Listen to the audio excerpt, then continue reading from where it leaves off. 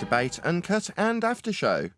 I'm your host Nathan Oakley, and if you are new to this channel, or you've not done so already, then be sure to like and subscribe, hit the bell notification icon and join button if you'd like to become a Nathan Oakley 1980 channel member and keep up to date with the Flat Earth debate. If you would like to support the channel, there is a super chat that runs alongside each of these shows while they premiere, and there's also a coffee, Patreon, crypto and thanks button in the info box below the video. Speaking of Patreons, I'm going to do a quick shout out to all of you who do support me on Patreon. So, a massive shout of thanks and appreciation to Steve on the level, Thomas van der Zander, Kenna Bear, Gary Hughes, Measured Flat, Chris Wouters, Amish Battle Merch, Sensual Goat, Mitch Kennedy, Rod, the name's Burley, Twodwazzle, Jason Hornsby, Christoph Fournier, Flat Earth Travolta, JMels24, Unamento, Iron26, Endless, Golden McKiernan, Retro Bill, Level Plain Poem, Michael Kahn, John Kays, Patrick Gunnels, Banter, Mel B. Styles, Hairy Blade, Mobile Max 777, Rob W., Del West Watson, Unbelievable Productions, Blue Ridge Ranger, Abraham Mohammed, Skeptic 936, Texas Mike, Chow Cat, David Wayne Foster, and Dank. So another massive thank you to all of you for supporting me on Patreon. Now I will hand over to whoever is in Discord and Google so you can enjoy their dulcet tones while I set up for today's live show. Well, yesterday I was on all day. There was a lot of, I don't know, it's just chit chat as usual. But let me ask you a question. Are there still those that come in like Humble H and still questioning the elevation angle measurements and how Earth is measured, or lumpy gas in a vacuum, or did that dissipate? I don't recall hearing it much anymore. Well, that's good news.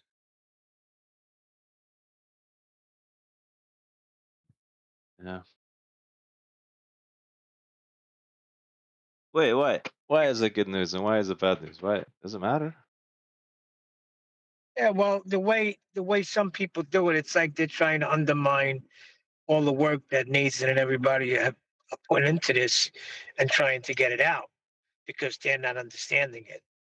So it is detrimental. Okay, but what was I gonna say? Or how do I put this in words? But the thing is, like, people are gonna do what they're gonna do. That's like the thing, right? You know, whether they want to undermine or overmine or side mine. I mean, it's their choice.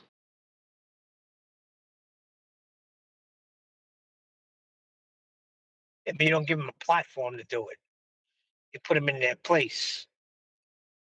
All right. Well, you enforce that on your platform, right? As for the Discord is a bit is private. I don't air it out in front of everybody, right? It's a nice place where you can privately chat with each other. And I forgot you're a simp. Why I are you didn't say that. insulting the person that gives us the show lifeblood and a means for the public to join? Why are you insulting him? What's going on? Righteous knows I'm only breaking his chops. Can you not? Can you just say thank you? I'll try. Thank you for allowing simps to come in and undermine our arguments here. Righteous, how's that? Well, at the end of the day, it's still a group. Like just like you guys have a group on Skype, there's a group in Discord, and generally, like the group has dynamics, right? So it's just best just to let it flow. That's what I say. Yeah, 'Cause no matter how many millions of times you go through it, I guess, with people like Humble H and Lumpy. Go through it 1,000,001 times. Why not 2,000,000 times? but I already said it died down pretty much. It's not really like it used to be. So it's just a phase. People go through phases. You know, just like on the I don't know FED if show, Nate, there's phases too. Now we're on a different phase, and we've been through phases also. It's organic, so to say. yeah, I don't know if Nathan's recording yet or not. Always assume he's recording. But man, what a crap show that was. I wonder if they're talking about it on a politics server. that debate last night. What What debate? debate? With Trump and Oh God, why did I ask? chimpanzee. Don't worry about it. Don't. I wish I hadn't asked. My sister watched a little bit. Well, she watched a lot of it because she found the last year's entertaining. So she watched it. She said this one wasn't as entertaining as the last year one. She's not into politics. She just watched it just because it was going to be entertaining. Let me tell you what it was like. It's like, say Nathan is going into Jim Pandas to debate him, and the people that are hosting it are pro Jim Panda. That's what it was like for the Don. Well, I didn't follow the presidential debate, so neither did Nathan. So let's talk about something else. Something else. Oh, there's a biker that almost is getting off his bike to have a fight with somebody on the highway. This should be entertaining. I almost didn't do a show today. Wow, what's up? Why? Just a bad morning. Everything started breaking again. It's entropy's a bitch. So, whatever reason, the spring that's attached to a little power switch on my coffee machine has rusted, which has increased the resistance of the spring, which means that when it now bottoms out and runs out of water, it doesn't turn off. Well, that meant that it sucked a load of air into the chamber that's supposed to boil water, which meant that it boiled a load of steam to a much higher temperature, which made the whole thing get red hot, the whole machine. And so that happened last night. I left it till this morning. When my wife went in to do it this morning, the same thing was happening. It was vapor locked. So I looked up how to figure it out and stripped the machine and started pumping water with a syringe into the pump to remove the vapor lock. But then it tripped the electric. So I'm like, oh, okay. I thought the machine had broken, but it was actually just the circuit breaker, which is good. It's the new one that I've had fitted about a year ago. So it's doing its job, which is good. But then I'm like, oh, so maybe it's just got too hot or there's got a bit of water got where it shouldn't. So I disconnect it from the mains, start putting it back together, and then it gave me an electric shock. And I didn't know there was any capacitors in it. So I'm like, did I just imagine that, or did it actually just shock me? So I thought nothing of it and carried on trying to put it back together. Then it gave me a proper pisser right into my hand. And I'm like, ow! Okay, yeah, that's definitely giving me an electric shock. And it's not plugged in. So I'm like, okay. So I called my tech guy and I'm like, any chance you can have a look at this coffee machine? There's probably nothing wrong with it. It's probably just got a bit of water somewhere that it shouldn't. And then after he'd said, yeah, no worries, I'll just have a quick look at it for you. I actually plugged it back in, turned it on, with a roll of cling film, turned it on. You know what I mean? And it came on filled with water perfectly and seemed to be functioning fine. It wasn't rattling and it wasn't vapor locked. But I'm like, but is there something that's, like grounding something to the case that shouldn't be, and potentially going to be lethal at some point when I'm not noticing or not thinking about it? So that's currently with the shop, or with Craig. He's a computer guy. He's not a coffee machine guy. He just offered once, or suggested that he'd done mechanical work on cars and it was similar to my machine. I'm like, oh, can you fix it? Can you completely service it? And he did. He completely stripped the thing and changed all the parts over about 6 months ago, or maybe less. But like I say, it's probably nothing wrong. It's just I don't necessarily want to die. The question is, have you had your coffee yet? No, that's a big problem. Oh my God! It's more that with old stuff like that, right? I employ the mentality that you buy something really good, professional grade, that's costed that even when I bought it, however many years ago, I think I bought it in 2004, something like that, and at the time it was thousands of pounds. Now they're even more.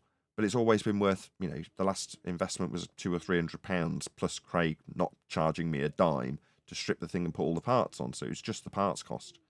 But, I've done that several times and, it's kept working. But you're like, now it's quite old. You do start to worry, should I be replacing this thing?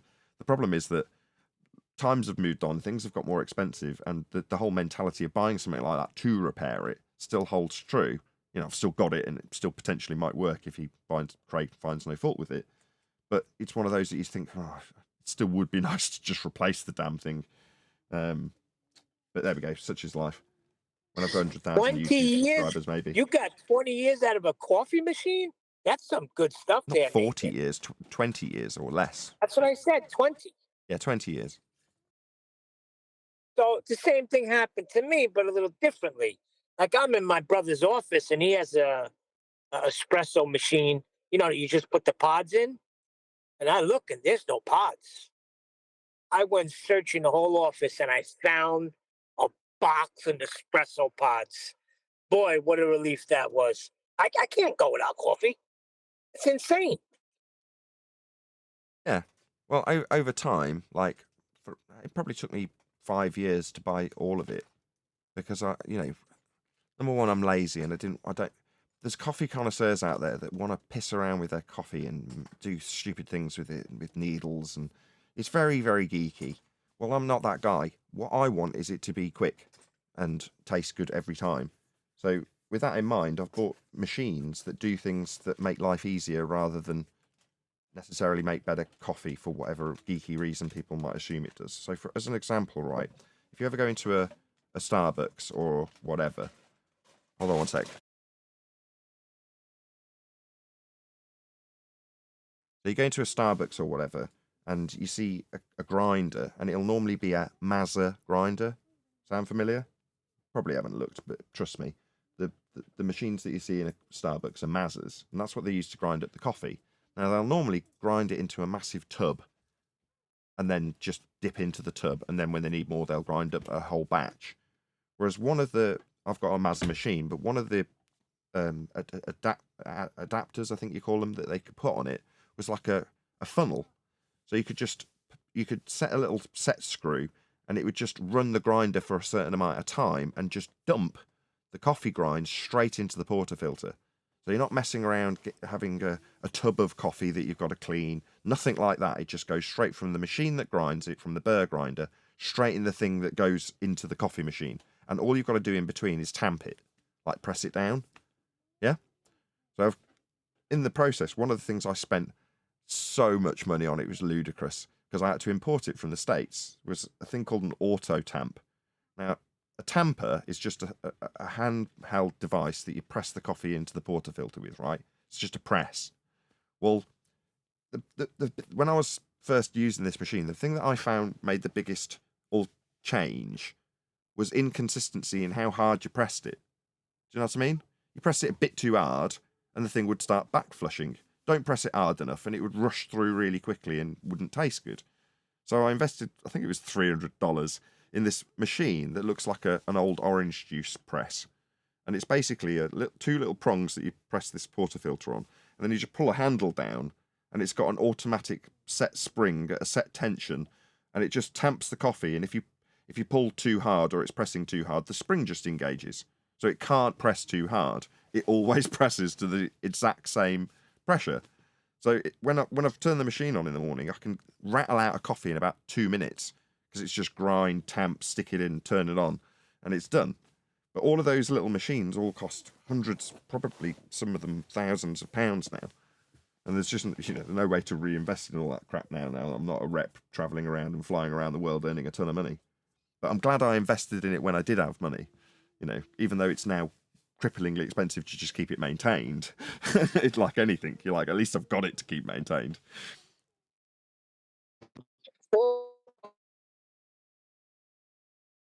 Breaking up, Neil. We're only talking about coffee, so it's not like it's that important. Those guys in the coffee shops, they know exactly how to press the coffee. Because I know what you're talking about. Because when I had an espresso machine where I had to put the coffee in, and then I thought if you press it harder, it's better. But you're right. It's got to be the perfect press to have a good cup of coffee. Yeah. Well, a lot of the tampers that I've seen now on the market do the same thing my auto tamp does, but with a spring inside the hand tamp. So in other words, you push it down, and if you push too hard, the spring engages, but on where you're holding the portafilter, as opposed to a machine that you put it in and pull down a lever. But, it's the same principle. So things have moved on in the last 20 years of making coffee at home. But we just don't, in Britain, we don't have these machines. It's just not at all common. Whereas in the States, in Australia, in Europe, it's fairly common to have a proper home coffee machine with a proper portafilter on it, like a professional one. But in England, it's just not the case at all. People go, I've got an amazing coffee machine. Oh, really? You go and have a look, and it's like you described. It's a pod machine. I'm like, well, fair enough. I'm sure that's that's like an instant coffee machine from a pod. It's not like you're grinding up the beans. Yeah, that's what I got. It serves its purpose. I mean, I wish I had one like. Yeah, it's fine. I mean, there's nothing wrong with pod coffee machines. They often, on some days, if the humidity's wrong, it'll make a better coffee than I can make because for whatever reason, the beans themselves can be fussy about the amount of air, the amount of water in the air. Can't hear me. He thinks he's talking and someone's listening.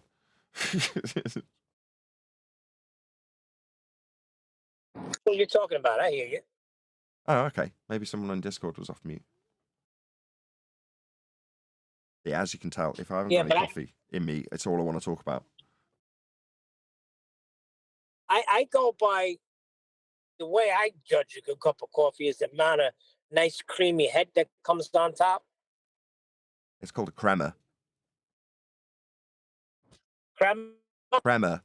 If you've got when you're pulling coffee, when it drops into the shot glass or the cup, that's a good gauge of how good it is, how good the pull, as they call it, is how thick the crema is. Well, that little layer of brown stuff on top of the black stuff, that's a crema, they call it. I love it. Yeah, and if it rushes through too quickly, you don't get any crema. It's just black. It's just a black. It's like you get out of a drip coffee machine. It just looks like black liquid.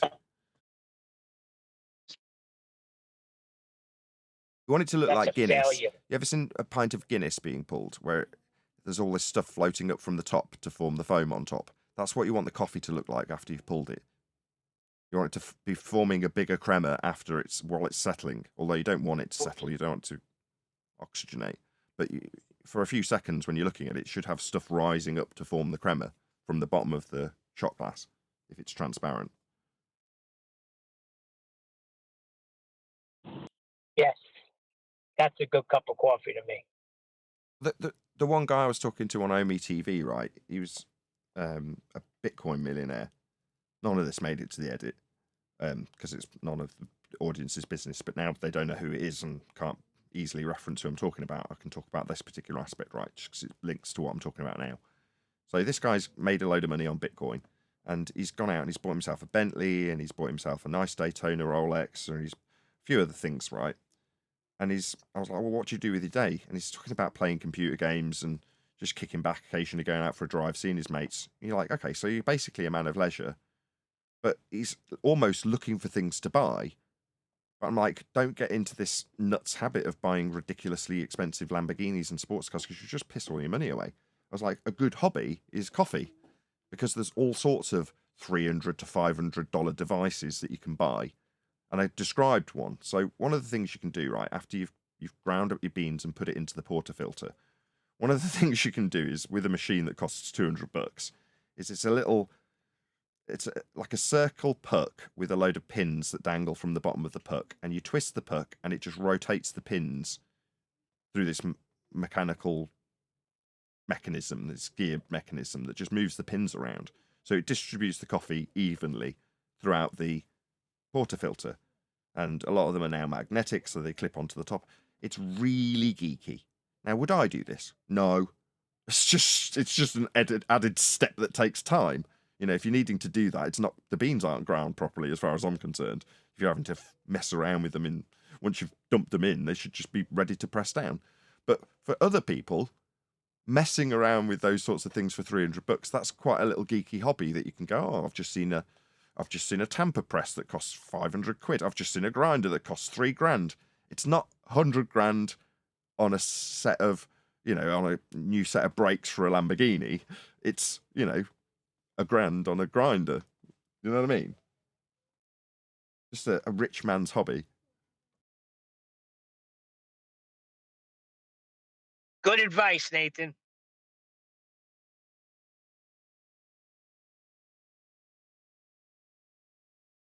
That's just what I did when I had money coming in. I'm like, what do I actually want? What do I do? And I'm like, well, as I'm driving around, all I seem to do all day is stop at Starbucks and, get Starbucks for the clients and get donuts. You're like, well, I wasn't that interested in the donuts, but I was definitely interested in the coffee. And then you'd come home and you'd have some horrible instant coffee. It wasn't. I'm sure I had something to make coffee with, but you know what I'm getting at. I'm like, well, I like that. And when I'm no longer doing this repping job, there's a good chance I won't have an expense account to throw money up the wall when it comes to coffee, because coffee is really expensive. Sure, it's like $5 to $10 in the States now, right, for just a coffee in Starbucks. Well, I can't afford that. And Yep. even when I was a rep, I couldn't afford that. It's only because I had an expense account that I could do it. Along with everything else I ate or drank while I was on the road. But the point being that you think, well, I want to still be able to do that when I'm not a rep and haven't got an expense account. So the way to solve that is to be able to make them yourself, right? You know what bothers me? What? I could have made it. I could have been a Bitcoin millionaire too. I remember when the very, very beginnings of it, and I didn't want to pull the trigger. What is wrong with me? I missed it again. You sound like someone from the 80s talking about shares. Just do it now. If you want to invest in Bitcoin, watch it for a while, see if it drops in price, buy it when it's cheap. What's the big deal? Nah, nah. If you got it right from the very beginning, you're too I don't late to know. the party now. You got to have money now. It's nonsense. That's what people were saying in the 80s when people were suddenly making lots of money by dealing stocks and shares, and everyone just heard about how you got these instant millionaires. Where you're like, well, maybe in a certain given set of circumstances, but there was plenty of stockbrokers that were just doing their thing and earning reasonably good money or very good money. Well, it's just about picking up the newspaper, looking through the Financial Times, and going, which are good earners, which are in the FT 100, whatever. You just look at whatever it is that you want to invest in. I'm sure it's no different for Bitcoin. Now, these things have never held the fascination for me because when I was earning money, I was too young to give a crap. Now I'm old enough to give a crap. I don't earn any money, so I've never really let it bother me. But the mentality that says, "Oh, if only I'd have set my GPU to work mining Bitcoin 10 years ago or however long it was," you're like, "Yeah, but I didn't." So who cares? You go mad if you think like that. Well, I think like that when I'm on my knees breaking my back to freaking earn $2,000 a week. It starts to bother you a little bit. Got to take some chances, and I didn't take the chance. I thought it was, I thought it was bullcrap. Not playing to your strengths. If Bitcoin's investment is something that you have tailored to do and is one of your strengths and you find fascinating, then you're going to do it. Same with YouTube. I like making the Omi videos. People have received them well, so therefore, in the last month or two, my popularity has gone up. Great. Okay. But that was a chance, wasn't it? Well, I only did it because I liked doing it. I'm only going to do work that I enjoy doing. If I wanted to sit and trawl through Bitcoin trends, I could, but that's so boring. And maybe with my wife sat over my left shoulder, she's thinking, I wish you'd just look at Bitcoin trends so we were richer rather than making videos. But you So do wait, what let makes me you ask you happy, a don't you? question. Go on. You're telling me that right now, if I wanted to focus on Bitcoin, I could still make it. Yes.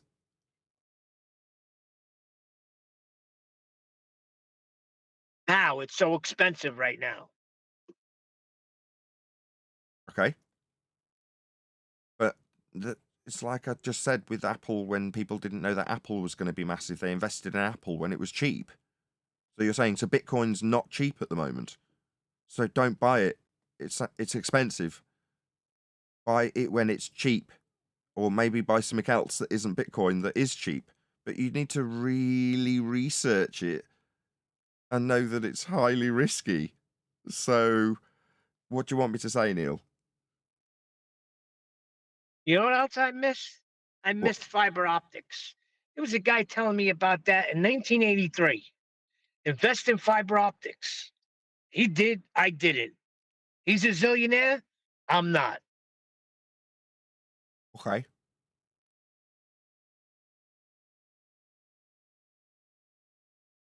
Next person that comes to me with something, I don't give a crap what it Whoa, is. whoa, whoa, whoa. I'm What do you investing in mean? it. Why?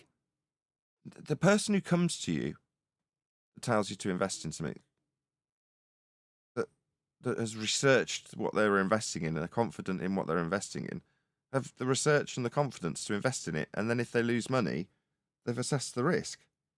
You're saying the next man who comes to me that has a great idea about what to invest in. What about the 10 before him that didn't, that just happened to not tell you and lost everything they owned? What about them? Oh, Neil, this isn't a conversation I I want to be don't know having with any of them people.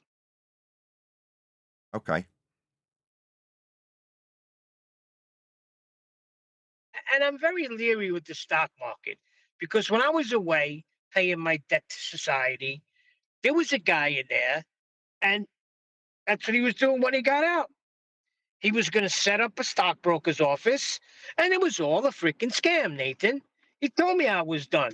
They get these zillionaire oil tycoon guys, and they feed them, and they feed them, and they feed them, but they're setting them up for the big score.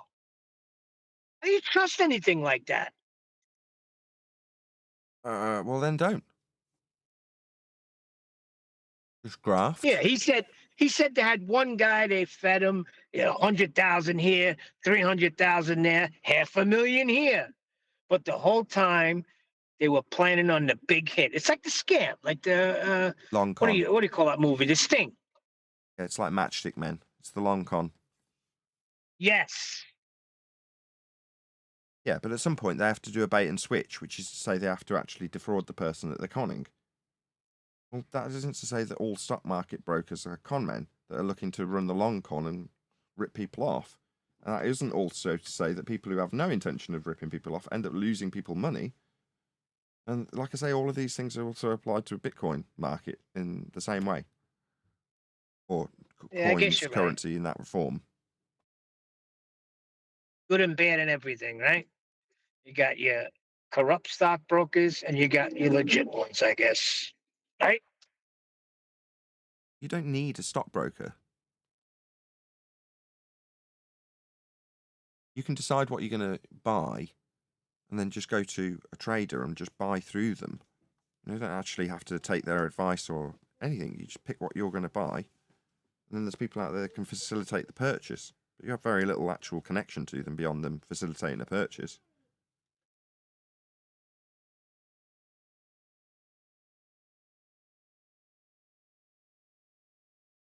Yeah, my luck. I'll freaking stumble across something. I'll hit. I'll become a millionaire and I'll have a heart attack the next freaking day. Let's take in what's going on now. Explain this to my 5-year-old. So we're leaving the house, admittedly when it's very windy, to go to the library, look at books, colour stuff in. Had it not been windy, we were also going to go to the park, but while we're walking up, my youngest daughter was moaning about something that happened 5 minutes earlier. And I'm saying, I had to stop them, because both of them, although I wasn't specifically talking to the older one. And I'm saying, look around you, what's happening? She's like, we're walking. I'm like, yeah, but there's wind, there's stuff going on, stuff around you, there's people to look at, there's things happening right now. And you're in this mindset of, Eleanor took this toy off me. And you're like, who cares? Taking what's happening now. Okay, so she says yes, fine, I understand. Now, admittedly, my eldest daughter's also nodding along, although I'm not talking to her specifically. We walk another 500 yards up the road, and we get to a shop. Now, while I'm waiting for the cashier, they're stood at the door and watching the leaves, like in A Beautiful Mind, with the paper bag and the leaves. They're watching that from the corner, from this sort of alcove that this shop's in. And the wind's catching this car, catching the shop, catching them, and then whipping it up into a little whirlwind that's jumping up and dancing around in a circle. And they're both absolutely mesmerised by it. Now, but for the fact that I told them, pay attention to what's going on, enjoy the moment right now, they'd have been in that shop, which is a sweet shop. Literally, it's wall-to-wall sweets. And they weren't interested in the sweets. They'd seen the sweets before, but they hadn't seen wind whipping these dead leaves up into a fury with the howling and the It was really beautiful when they pointed. I wouldn't have noticed it then. Pointed out to me. It was just a shock that after I told them to pay attention, I'm not noticing it. I'm just waiting for the cashier, and they're going, "Wow, look at that!" You know what I mean? My point here, Neil, is if you constantly concern yourself too much with the future and how you haven't achieved something in the past, you miss what's happening right now. And yeah, you could be hit by a bus tomorrow. Part of the reason why I homeschool, or my wife and I homeschool, is because of that reason. If they were both hit by a bus tomorrow, you'd want to know that every moment that they'd lived and enjoyed to the fullest that they could. I'm not suggesting that I live for them dying and being hit by a bus tomorrow, far from it. But the mentality is you want to take everything out of life. And I kind of do actually live with that mentality. It's like if I did get hit by a bus tomorrow, would I feel like I'd missed out? And if the answer is yes, you're like, well, you better do that thing then. You know what I mean? If you feel like you're missing out. Are you sure that that's the... Go on. Go on. The paper bag? I think You're breaking up, Neil. You're breaking up. I was just going to say, if you do feel like you're missing out, then start doing research on that subject, and then you won't be.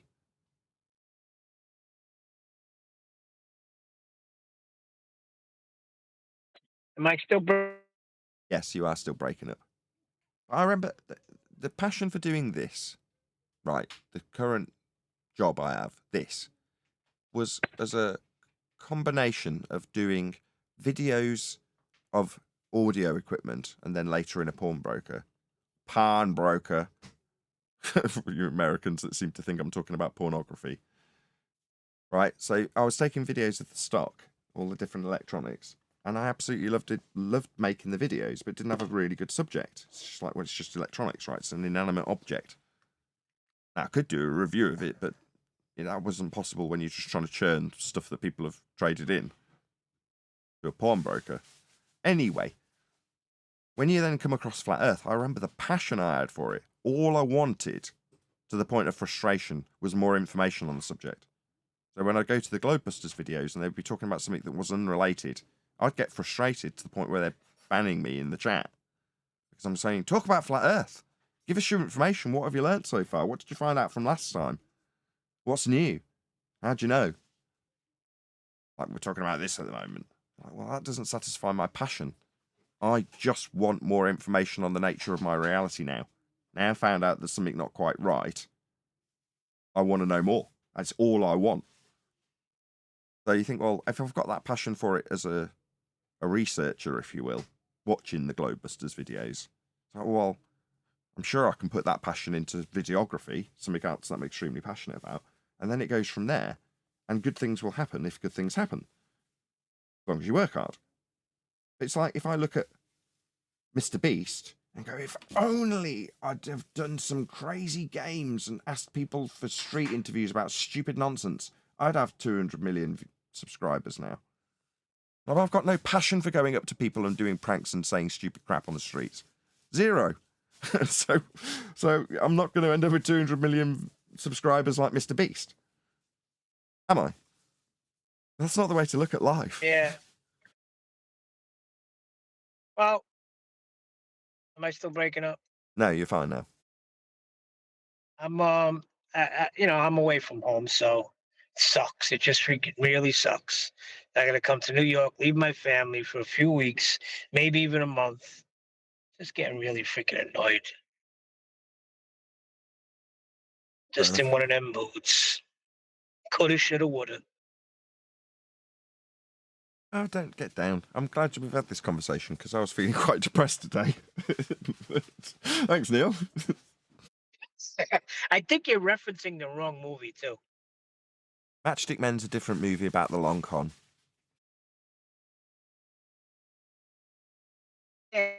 Blowing in the wind and they're looking at it. I think that's a movie with Kevin Spacey. I just watched it. The kid that does these videos. Well, And he fair was enough. with some girl and he was watching a bag dance around with the leaves. Yeah, that's called A Beautiful Mind. That's a different movie. No, this was... That's Kevin Spacey. Well, I don't remember it in A Beautiful Mind, but I do remember it because I just seen it the other day. The kid was just fascinated with this bag and he videotaped it. And he was watching it, and he showed the girl that he was I forgot the name of the movie. A Beautiful Mind. No. Oh no, it's not, is it? It's called another American movie. Beauty. My bad. I'm thinking of a Yes, different that's movie. it. American Beauty. I just Sorry. seen it the other night. That's a sick movie. Yes, American Beauty, not A Beautiful Mind. A Beautiful Mind is Russell Crowe. Yeah, that's when he's the freaking genius and he thinks he's working for the CIA or something. Right, and Nash. Matchstick John Men is Nash. and Matchstick Men is Nicolas Cage. Correct. Anyway, fun. That was annoying in that freaking American Beauty. That freaking guy shot him at the end.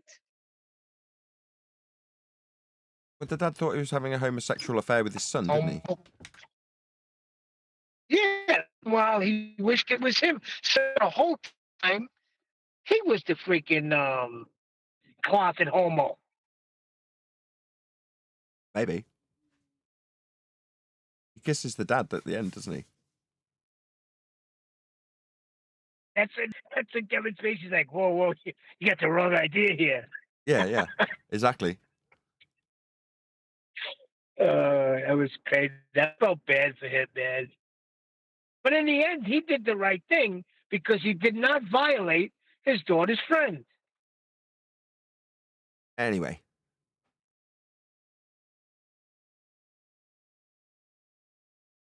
Has AJ been in recently?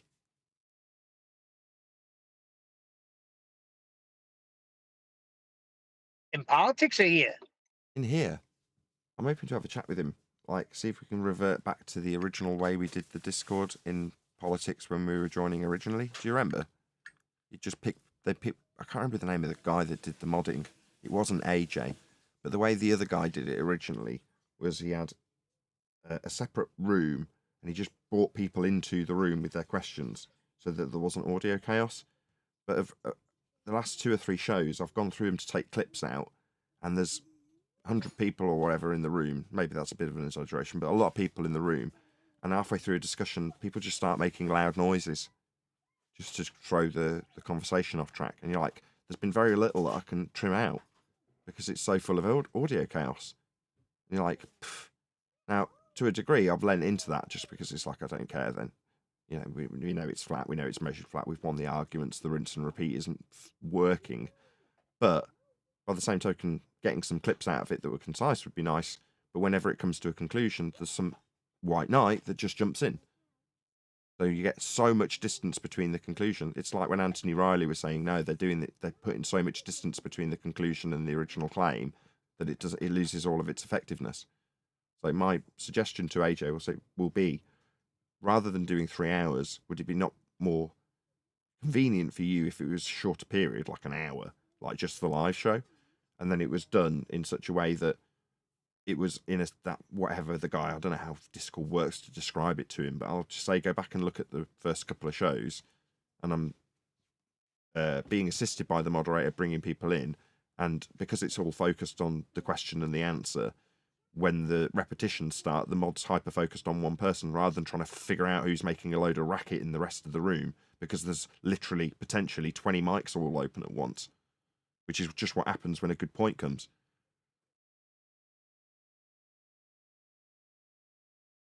Yeah, I don't know if AJ's away. He was doing that originally, wasn't he? And sort of just, I know what you're saying there, Nathan. Yeah, I think I did hear him in politics last week, but like you say, he's not been on our Friday show for a while. Not sure why. I'll send him a DM and see what he's up to. Why are 20 mics open? Why are they open anyway at the same time? Well, because it's just a big room. That. It's just because it's a big room. But I'm just saying, it's become just a less civilized version of our own space. But like it was when Flat Earth debate first started. Now, if I've got zero control over it, it is exactly as Anthony Riley described, where there's so much distance between the original question and the conclusion that it serves no value anymore. You're like, well, why is that occurring? Well, because there's white knights in there that don't like the concise point being attached to the original question, because it relinquishes them of their religion. So they're going to obfuscate with interruptions and audio chaos and rumpusing on behalf of the person that's losing. You're like, well, okay, well, originally it was very valuable going in there. Now, if it's just going to be the case that we've got complete audio chaos because it's just a room full of people who don't want their religion challenging when it comes to it being concluded, then where's the value in that?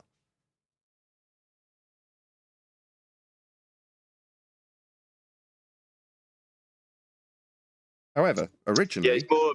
Go on. Sorry, mate. I was just going to say the same Just thing saying again. that, yeah, it does sound more professional when it's done that way because, like, you know, it's more of a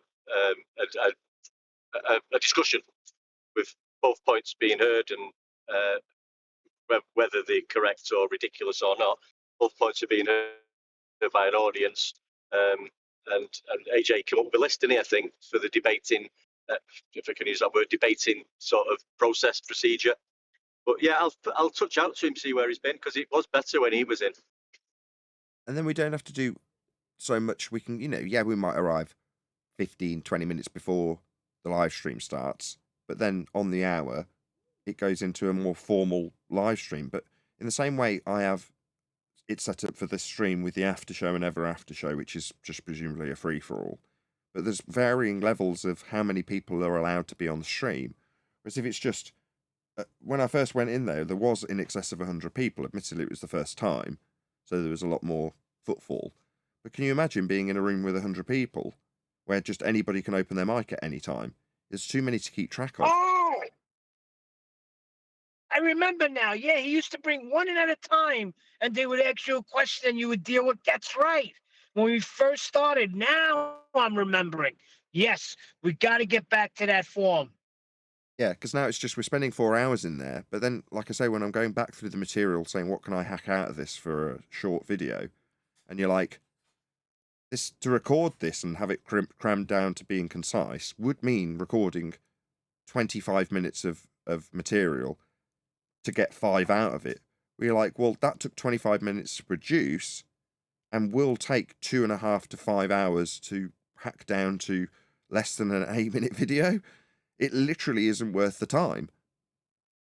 Now, yeah, the video might get 1,000 views and might earn me the $2 in ad revenue that they do, $1.20 or whatever it is they earn. But I'm just saying, yes, I've got to do a lot of those $1.20s and keep those doing, but I've only got a limited amount of time to do them in. So you eventually have to weigh it up and go, I haven't got enough time to commit to hacking down 4 hours of politics material. Further to that, I've got John saying, look, this isn't good for your nerves. I'm like, well, actually, I'm fine. It doesn't actually affect me, other than it does chew up a lot of time. And it's kind of frustrating when you come to the edit and it is dragged out over such a long period of time by the opponents just because of the interruptions.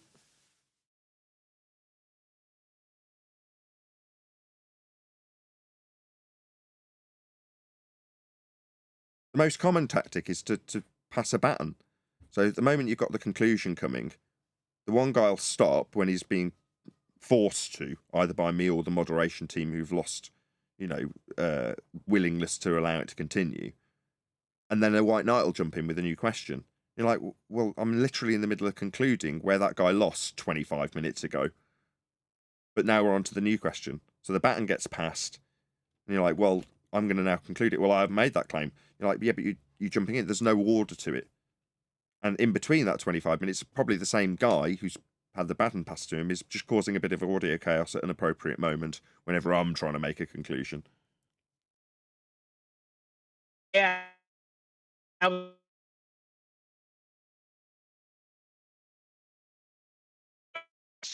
You're breaking up. But that's what they want. I mean, ultimately speaking, that's why I've started calling it neutral platform. It's like what they really want is the ability for any decimation of their claim to be in a position to have the ability to obfuscate it. So the platform's such that if there's plenty of people around that know this isn't going well, if they start piping up, then that'll drag it out at the very least. So it won't be as devastating. It softens the blow.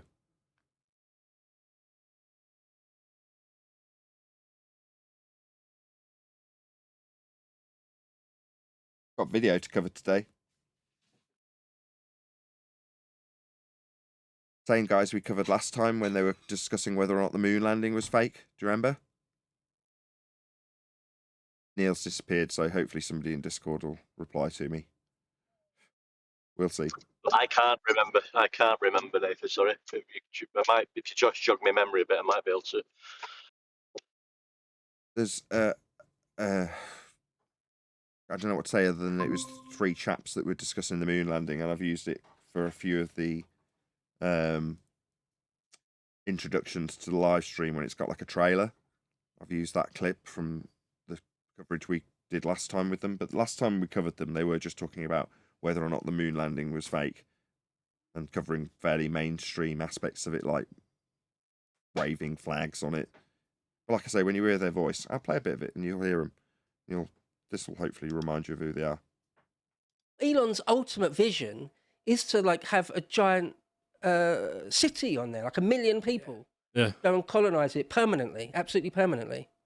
That is, I mean, that will take decades, maybe even more. Yeah, just self-sustaining is like a real challenge. But so to go to Mars, you would need lots and lots, like the habitation, lots of things. There you go. That's who they are.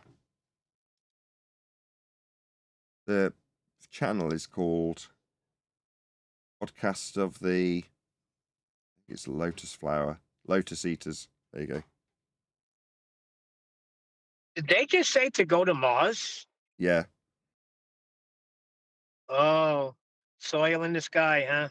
Yeah, that's where also... It's going to take a very long time to do it. But future fake your way to religious belief in sky vacuums with soil in them, yes. Have we got the technology to go there yet? Very close, very close. Just a few decades away. And then we'll get to Narnia. But they can send robots up there, but we can't get there. Up where? There being a fake place. It's a light in the sky, one deck. Yeah, I know. I'm just going into globe mode. Wait, we used the word up. Well, we're going to have 2 focuses today. Right. One will be on the rhetoric that I now want to push. I know we're still in the Earth's measured flat 2024 rhetoric, but I want to change to flat earthers' perception of what we should or shouldn't be arguing about. So, in the Feast of Nonsense, we've got ice walls. Well, why? Well, the reason we've got ice walls is because they want us to argue about an unknown area beyond a map projection of a globe that we have no real experience in. It's shrouded in mystery by the very people who want us to be arguing about it. But in reality, the new worlds were discovered in our recent history. Flat. But that's what I want to focus on. Juxtaposition with what you have just said, Neil. So they're talking about soil in the sky. The new world's on Mars. Mars is the new world that we can colonize, is it? No. We already expanded out the territory in outer space towards the horizon, beyond the offing, and found new worlds with flat maps and flat navigation systems. Those are the facts. So have they gone to Mars? You haven't. Nobody has. They haven't gone to the moon. We already covered that in the last, whatever this show's called, Podcast of the Lotus Eaters coverage. There's no sky vacuum to go through. So when they're talking about, oh, it'll be several decades before we can colonize Mars, I'm like, no. In our recent history, we expanded our known territories into the new worlds. So there's no soil in the sky. There's just the expansion of the known territory in terms of the historic representation of how new worlds have been found. And they haven't been in the sky. Nathan, you came up with that, right? I mean, I've come up with the logical way of putting that information out there, I suppose. Very good. Do you believe in I was going to Australia, tell you Nathan? before, That's what right spurred me before to you do this. started talking about it, I was going to tell you that. Yeah. I mean, great. Blow as much smoke up my ass as you like, but one deck's just hit the nail on the head. When that guy asked me, do I believe in Australia? that set the cogs turning. Why is that in there? Right? Why is it that we would be, rather than saying, look, this is one of the new worlds, isn't it?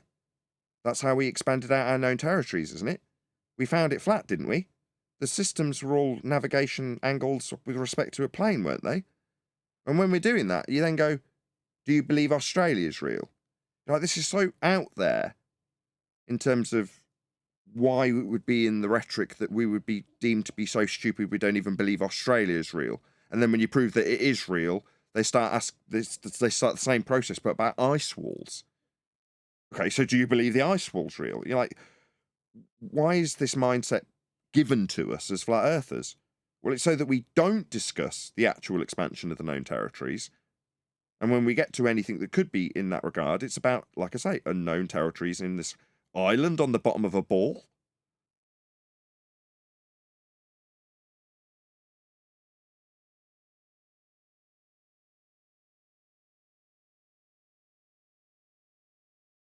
Yeah, there we go. That's what we'll be covering. Bit of sky vacuum in there as well, I'm sure. A bit of Narnia. A few Narnia references will no doubt come up. Go on, Neil. I like the direction you're going. Well, there's no arguing with it. It's like, this is your accepted history too.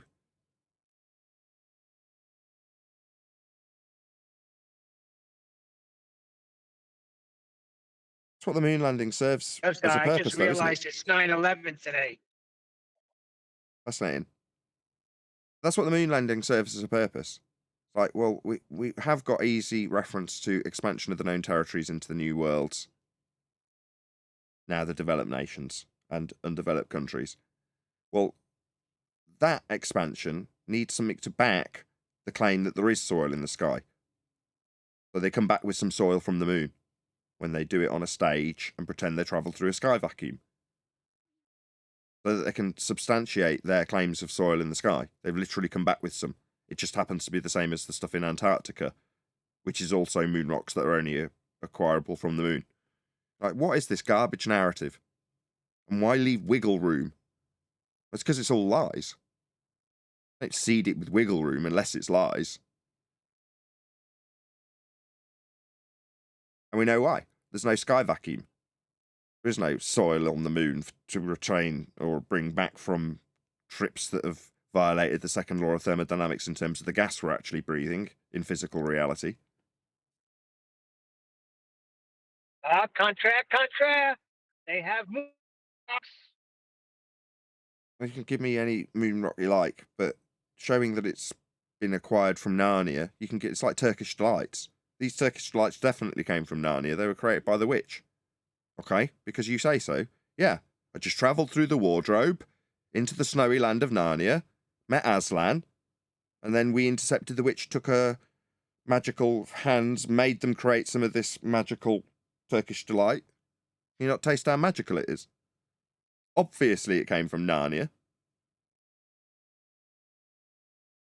Well, I mean, I was listening to Brian Cox the other day, and he was telling me that if an alien was on a star, say 100,000 light years away right this minute, looking back to Earth with a telescope, he wouldn't be seeing us. He'd be looking at the dinosaurs.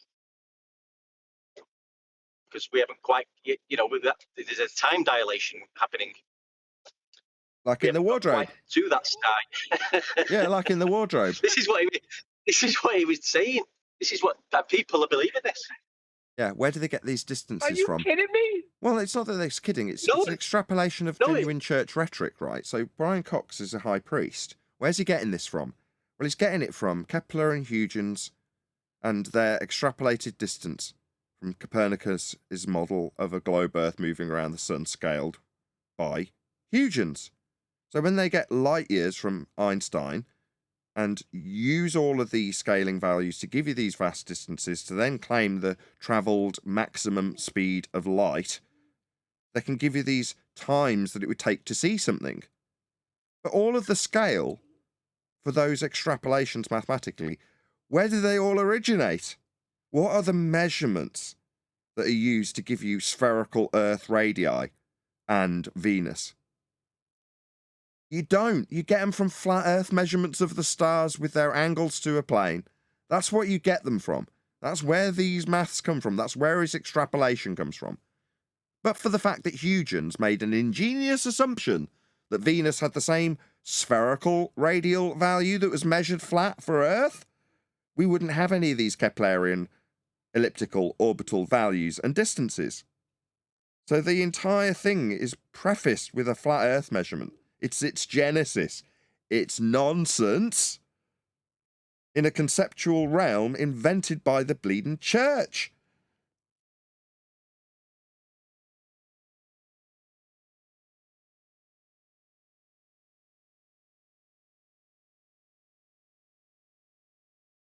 That's where they get all their distances. I didn't manage to get that out on the chat with... Go on, Neil. Let's be clear on it. The Roman Catholic Church. Yeah. The point is that these extrapolations aren't the world we're living in. They're models created from measurements of the world we live upon, and it's flat. I didn't get to that with the guy I spoke to on Omi.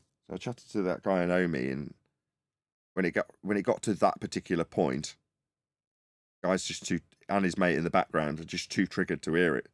Did you hear that? I got this guy saying space is fake. From the rumpusing behind him. And he's going, shut the F up, I'm trying to talk to this guy. Yeah, he was more triggered about the space, wasn't there, than the actual Earth being measured flat.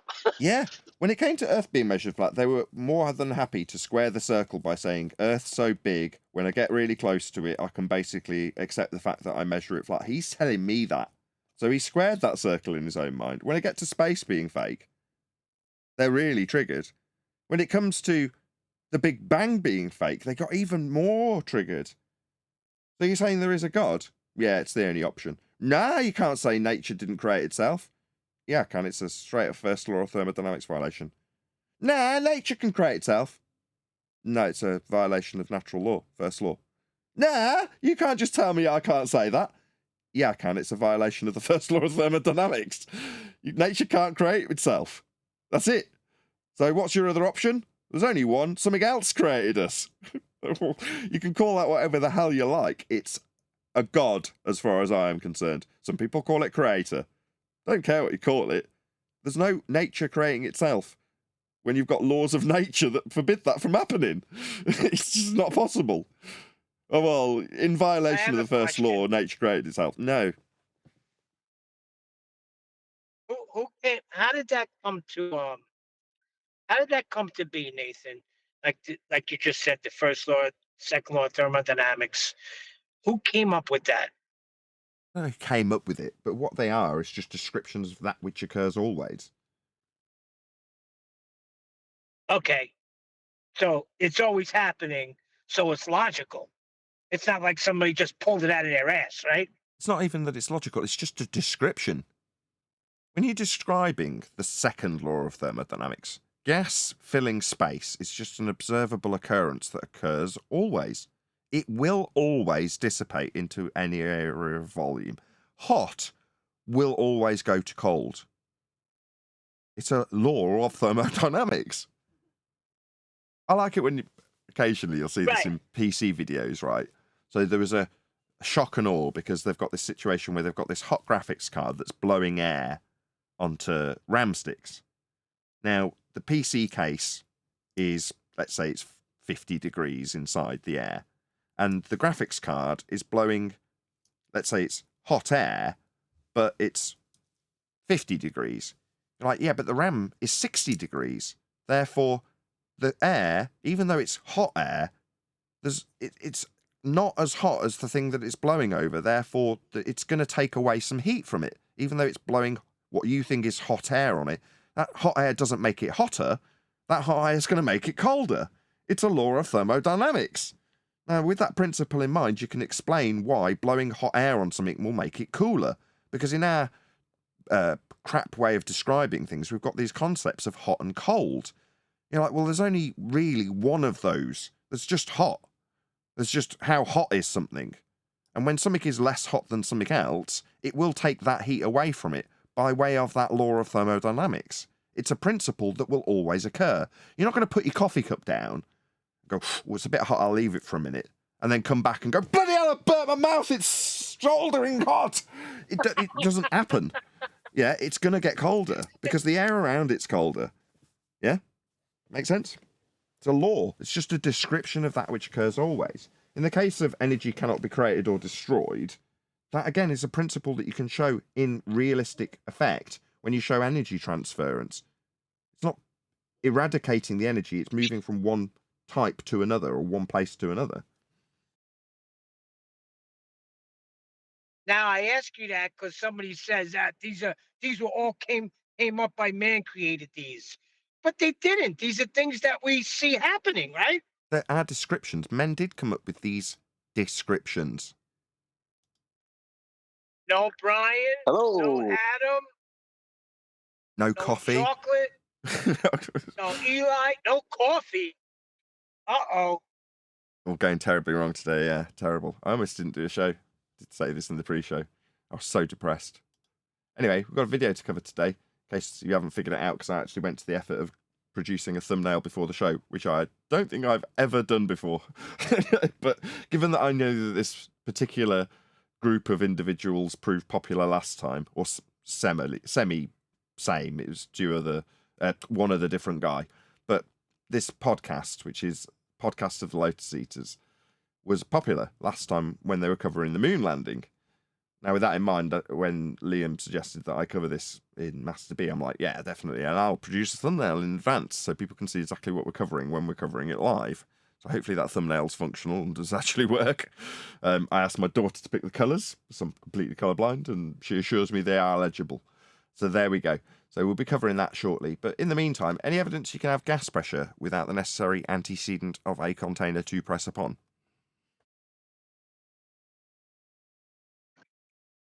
No, we have pressurized gas. Yeah. Is there any evidence you can have that pressurised gas without a container? Yeah, the air. The air is pressurised gas, therefore by antecedent consequent relationship there must be containment for the air to be at pressure. And I'm asking, is there any evidence that you can have that gas pressure without it pressing on something, without a container? Nathan, I do not see a dome. I do not see a firmament, but I know I'm breathing air. You don't see the air so either. Therefore, you don't see the air. You don't see the air. Yeah, but either. I have gas pressure, right? Yeah, but you don't see it. So you're saying because you don't see the air doesn't exist. Well, because I don't see the container doesn't exist. No, without the container, there can be no pressure.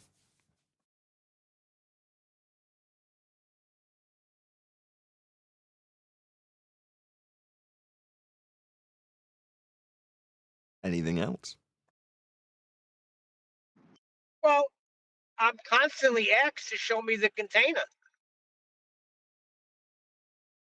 I don't need to show you the container. I can show you that we have gas pressure. The only reason we're arguing about this is because the positive claim isn't from us asserting what the sky is, when there's a rhetoric from the church that suggests that the sky is a 10 to the minus 17 torr vacuum. And if the sky was, as is being claimed in a positive claim by our opponents who believe they're on a globe, a 10 to the minus 17 torr sky vacuum, then the gas we breathe would fill the space.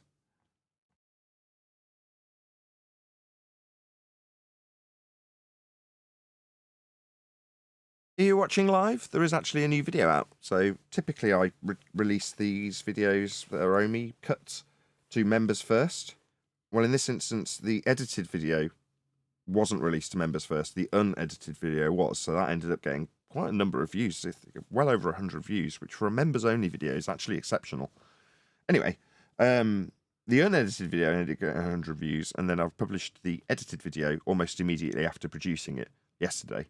It was set for a timer when I was in bed. So it came out at 2 o'clock in the morning UK time. So you may be unaware of that if you are in the UK and watching live. Go and check it out. I can't actually remember what the hell I titled it now. I should really know the thing I'm plugging. Oh dear. I do make a lot of videos though, so it's kind of fair enough. Excuse me. So the video was called, or is called, So Big It's Flat. And the reason it's got that title is because I'm talking to these two young gentlemen, one of which proved his age by showing how many tattoos he had, which I found. I only mention it because when I published it on TikTok, people were like, talking to more children. I'm like, number one, he states his age in the video. And when I, in the unedited video, say, are you over 18? Because he obviously looks young. And he's like showing me all the tattoos that he's got. Now, being familiar with the tattooing industry, I am definitely not. But what I am aware of is legally you can only get a tattoo if you're over 18. So I'm like, okay, fair enough. That's enough justification for me to say, you know, it's highly unlikely that you can be strolling in at 16, 17 to a tattoo parlour when they're going to be asking you for ID and then getting your entire sleeves done. You know what I mean? So based on that, I carried on interviewing these two guys. And the one guy is quite happy to accept that Earth is so big that when you zoom into a section that you're getting the angles I'm telling him about to Polaris, that it's okay to get those angles because you're basically flat when you're at that scale. It's like, no, you're never flat at any scale if you're on a ball. But he's happy to square that circle with, no, Earth's so big I can measure it flat, even with me saying, so you are telling me it's measured flat then? And he's like, yeah, but only because it's a really big ball, as is so commonly the case. I just didn't think I'd get this higher standard out of Omi, which is great. So, notwithstanding the fact that they are accepting the squaring of the circle in that regard, when it gets to space being fake, oh my, they aren't happy. Can you believe this guy's telling us space is fake? Was one of the reactions, which again, after they've told me Earth's measured flat, was pretty epic. Some of the guys that were there while I was producing it, like I think it was Refracted, said it was the best one so far from these Omi clips. It's quite long. It's about 12 or 13 minutes long. But in terms of, you know, this is average Joe. He's self-declaring that he doesn't know much about the subject, but he's telling me Earth's so big it's okay to measure it flat, and that he's horrified to hear that space is fake and that men haven't gone to the moon. You know, and he's asking about God. So for all the justification of people who say, no, it's naturally and logically following on once you find this information out, that's the next place you go and start questioning. These guys did it all within 12 minutes. Like, bang, bang, bang. You're telling me Earth's flat? Well, I can accept that. Earth's so big we measure it flat. Right, next. Space? Fake? How dare you? Well, if it is, how is it all made? Is there a God? That was how it went. So in terms of a condensed version of this is how people wake up to this subject, it's that in spades. So that video is called So Big It's Flat. It's, like I say, a typical Omi cut from the perspective of its horrible camera and mic on his side. Awesome sound, mic and lighting, and beautiful man in the picture on my side. So check it out. Didn't he say, sorry Nathan, didn't he actually say, well, the moon landings could be fake, but space is definitely not fake, something like that? Yeah.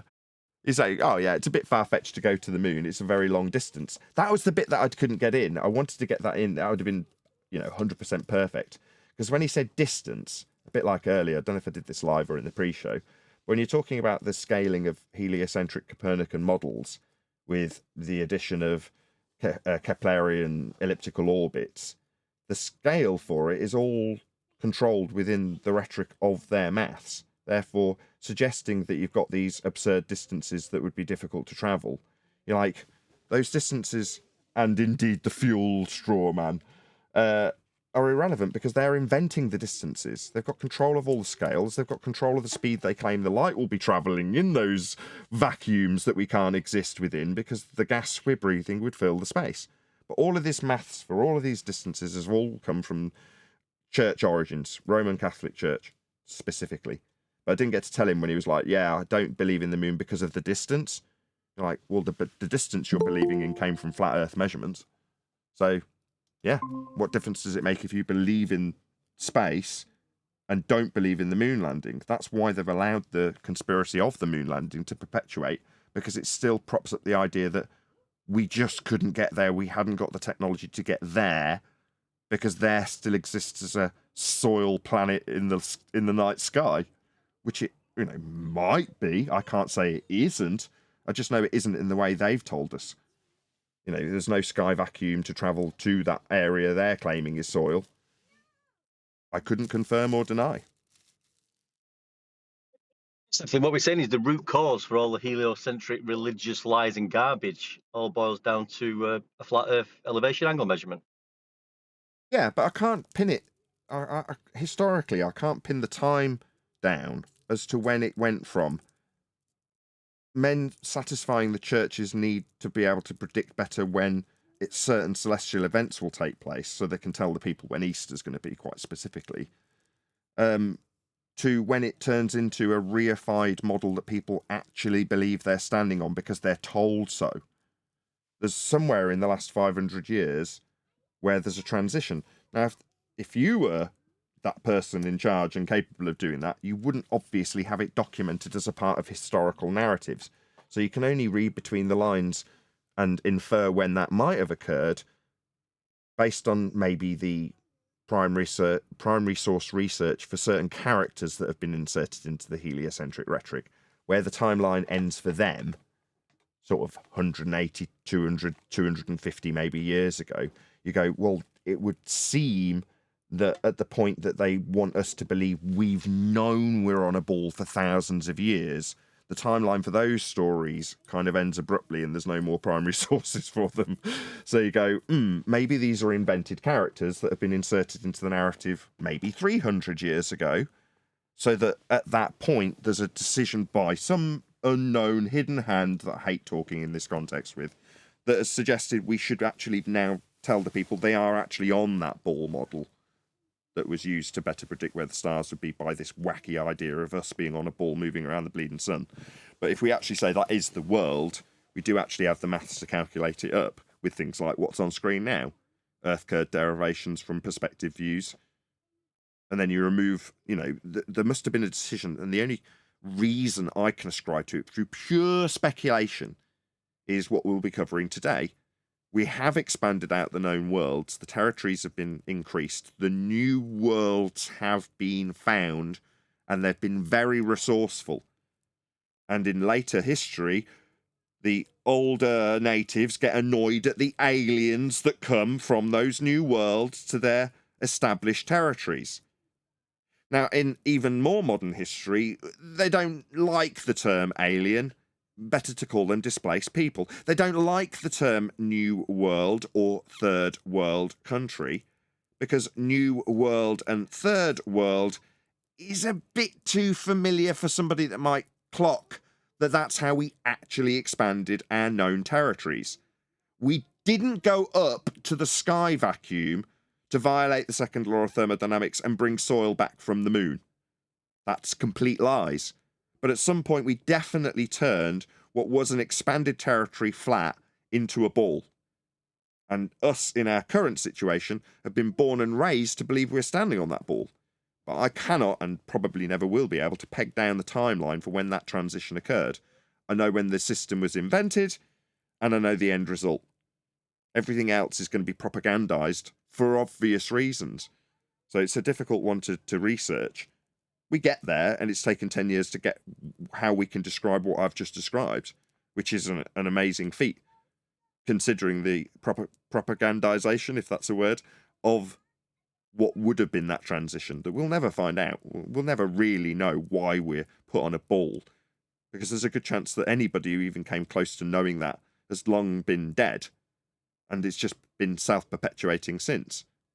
We keep the lie going. There's going to be certain people who figure it out and realise its benefit and keep it perpetuated. And there's going to be certain people who just never know. They are born, raised and die on a globe, never knowing that the flat earth that they were actually standing on was measured to create that religious belief. So we can't go back in history to say 1,000, 1,200, the year 1,200, and we can't find out what they would teach in schools? Well, we can find out that they were teaching non-globe rhetoric in schools as little as 120 years ago. So from that was where I used to peg it, and I just stopped when someone pointed out that no, there's other people that are still taught much earlier than that Earth is a globe. So you go, well, all you can peg that to is when was the final transition? And the final transition is as recent as 100 years ago. Just before 10th Man disappeared. I don't want to spoil his thunder if he ever returns with this information. But he was looking at some of the Chinese navigators who were navigating flat Earth like 120, 130 years ago. And it's just that was still used in those standards with absolutely no connection to a globe. You're like, okay, well, since then they have also transitioned. But you could probably put a hard line 100 years ago and say that's when the transition was complete. But then you go from that completion point to now, the level of censorship in the media that's needed to suppress this standard information, because it is what we're discussing currently at the tip of the spear, is advanced heliocentrism, isn't it? How the heliocentric model came to measure these angles and measurements of radii for things like Venus and Earth are all flat, whether you like it or not. That's part of the measurements. And you're seeing people like Thunderfoot do it to this day, just affirms that which we've been saying for the last 9-10 months. And previous. They made that whole crap up. That was key. What crap?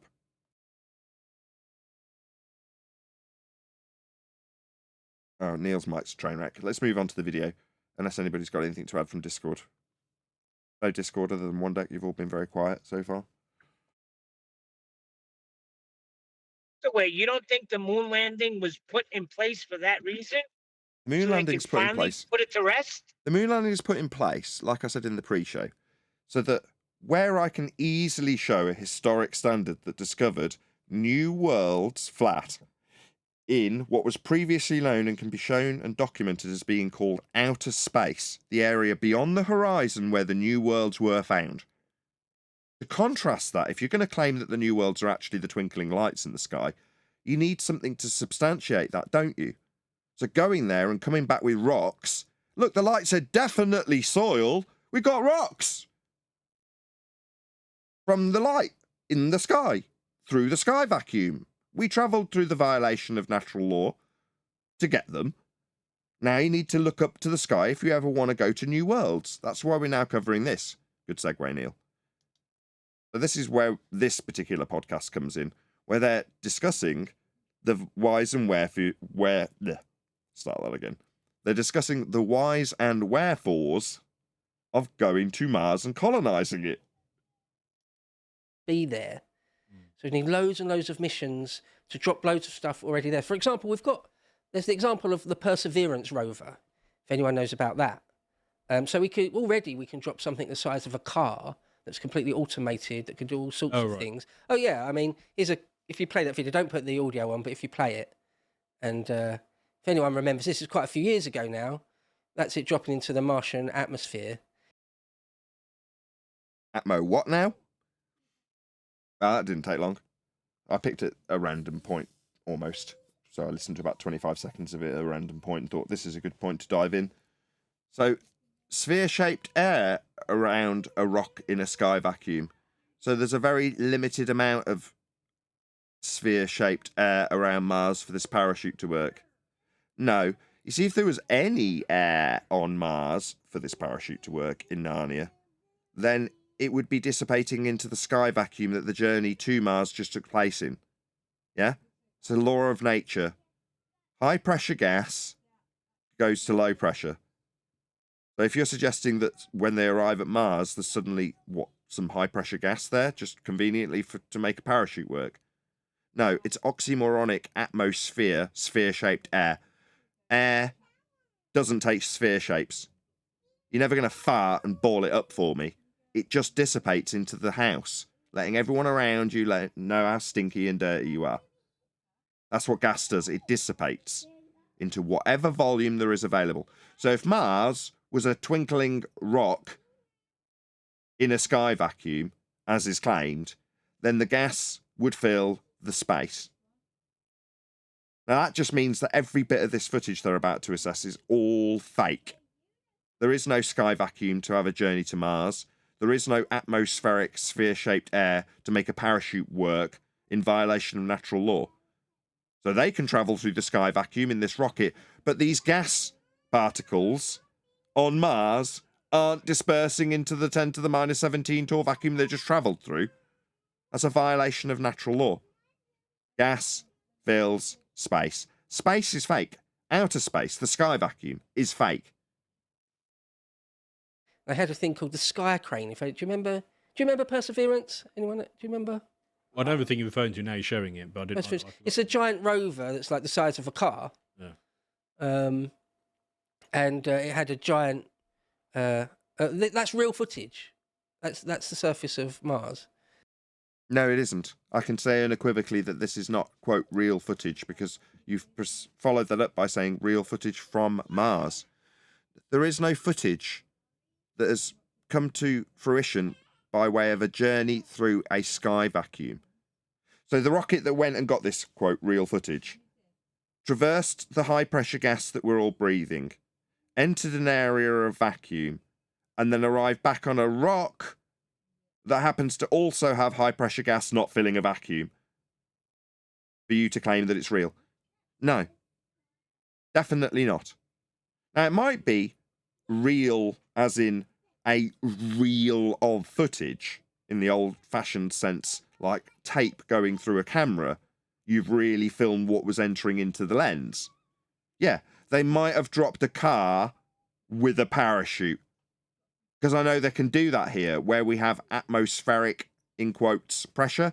No, we just have air pressure. Meaning we must be under containment to achieve that air pressure. For parachutes to work, as they do here, in a contained system that has gas pressure. But if there was no containment, that is to say the rockets could just travel through the air that we're all enjoying breathing, into that vacuum, then so would all the gas we're breathing and we'd all be dead. Like that scene in Total Recall, when Arnie and his girlfriend land on the surface of Mars and they're all choking.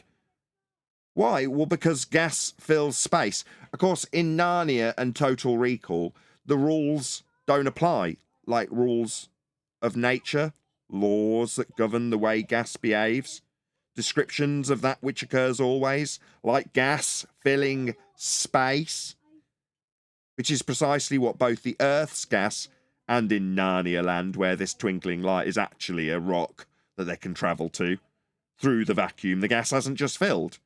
It's all garbage. Nobody's going to the lights in the sky. And when they claim they have law of nature violations to suggest that they have when you believe it's real. It's not. If you believe all the NASA lies and propaganda, that is. I believe this stuff. Right. Yeah. Then they had a... Yeah, that's what it's based on. You're not doing it. You look up at a twinkling orange light. That's what you do. At best, probably haven't done that. Now, I won't besmirch your character. I don't know whether or not you own a telescope or have ever looked at Mars through it. I certainly have. It's just a twinkling light. But apparently it's the new worlds. No. Recent history has shown that we expanded out our territories in what used to be known as space. The area beyond the horizon. Where we found new worlds. With those pesky aliens. I mean, displaced people. Wouldn't want to be calling them aliens. They only exist on Mars, where these rockets are going through sky vacuums in violation of natural law, like men traversing a wardrobe. They're not. There is no Narnia, there is no wardrobe, there is no way to travel through sky vacuums to get to these places. We did definitely find new worlds, though, in our recent history. Of course, it wouldn't be best if we carried on calling them new worlds, would it? Best to call them developed countries.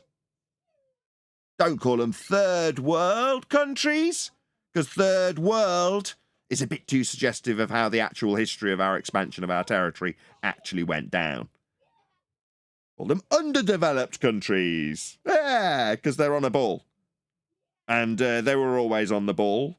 It wasn't that we didn't know where these new worlds were or hadn't actually experienced the people that existed on them before we encountered them and put them on our maps. I mean, they were always on the ball to begin with, so let's not suggest that they're the new worlds. And if any flat earthers come along, don't let them know this.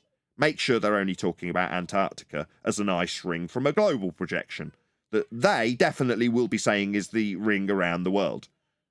Why? Well, because we wouldn't want them talking about the actual history of the expansion of our world in outer space, finding new worlds with new peoples and new resources that we colonized and mined.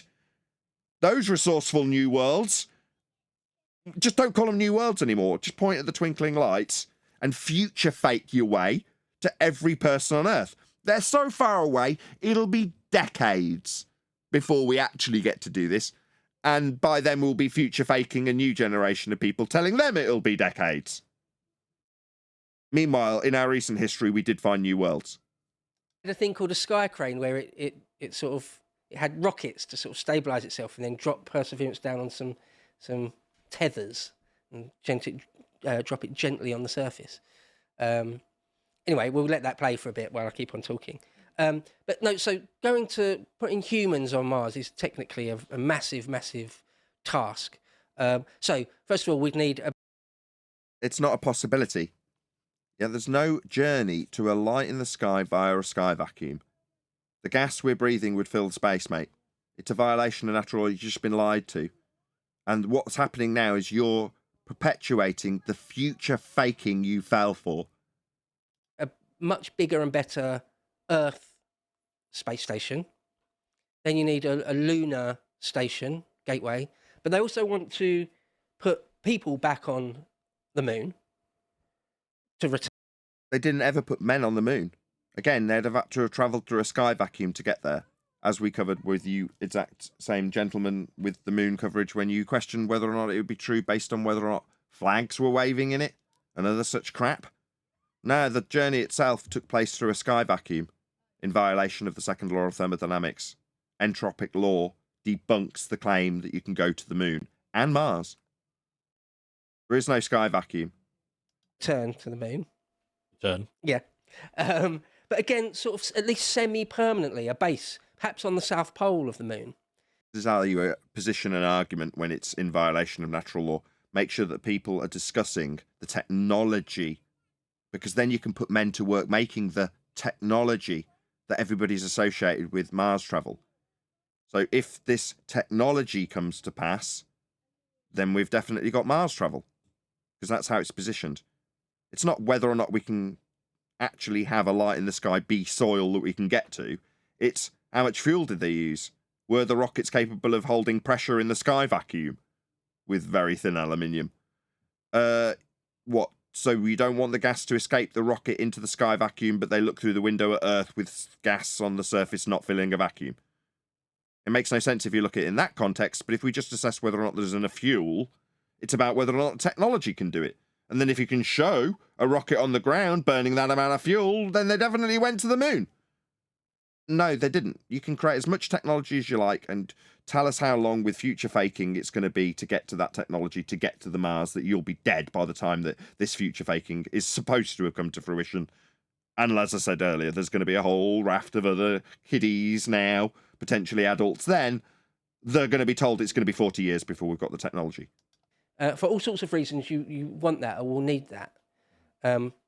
So that's one of the first big steps, is that, and building this gateway thing. So there's the new Apollo, the updated of the Apollo program is the Artemis program. Or just what I think there's a few more interesting clips of the Perseverance thing. No, none of these clips are from Mars.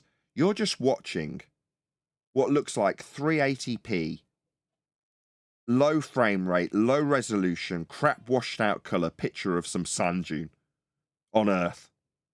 Because there's no pictures from a sky vacuum, ever. So if these are, as I suggested earlier, stuff that went through the camera, it's just an earthly landscape with crap colours and crap resolution. Go and check out Dilly Gill, Dillyllygill, Dilly Gill, where he shows how NASA do this faking, how they do the crapo-vision. It's just so garbage. Show them it in really fuzzy. It's like, it's 2024. you're going to the cinema and watching Spider-Man swing into your face in 3D. Then you get this.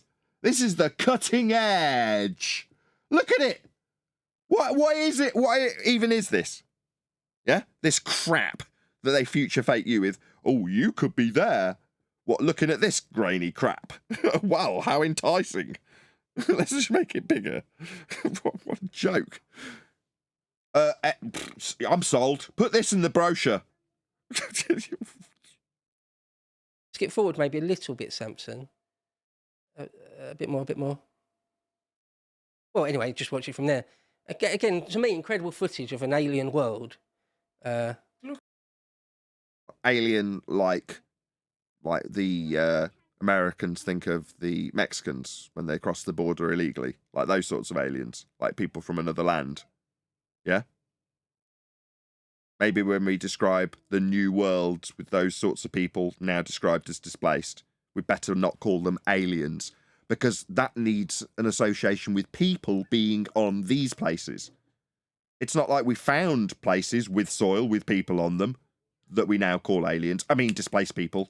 Just got to stop confusing those two. The aliens exist on the sky rocks, in the sky vacuum, with the atmosphere, sphere-shaped air oxymoron that's not filling vacuums. Gotcha. Those are the aliens. On this crap footage, from the leading cutting edge at 300 billion a day, here's what they give you. Crap. You're buying this though, aren't you, mate? This is an amazing alien world. It's like how I did this in a sand pit and showed you the same thing. You'd still think the same thing because you easily duped. I mean, it's touching down. It's really, really close to the ground at that point. It reminds me of chocolate a bit. I don't know why. The Ferrero Rocher. Look, they're the jets, and they're dropping it down on the tether. Looking straight up, that's the sky crane. And then it breaks the tether. And anyway, we've got lots of clever chaps working on this sort of stuff. There's one. Have we? Got clever chaps working on the technology. What about the problem of the gas that we're breathing filling the sky vacuum? That there's no containment between us and it in this rhetoric that came from the church 500 years ago, based on flat Earth elevation angle measurements of these very same lights that you're now claiming we can travel to. And this is footage of it. This crap footage that's obviously on Earth with Earth and sky. Am I missing something, or are you just really easily duped? There's no sky vacuum. Another link, the next link actually, Perseverance brought a little drone. Do you remember this? This was a few years ago. One of the first white pill segments I've attempted with Callum was us showing this. That's actually a little drone on Mars. Wow. It's just like the drones we have here, working in exactly the same way that we have drones. You're so easily duped. This is just footage of a drone in really crap resolution with a filter.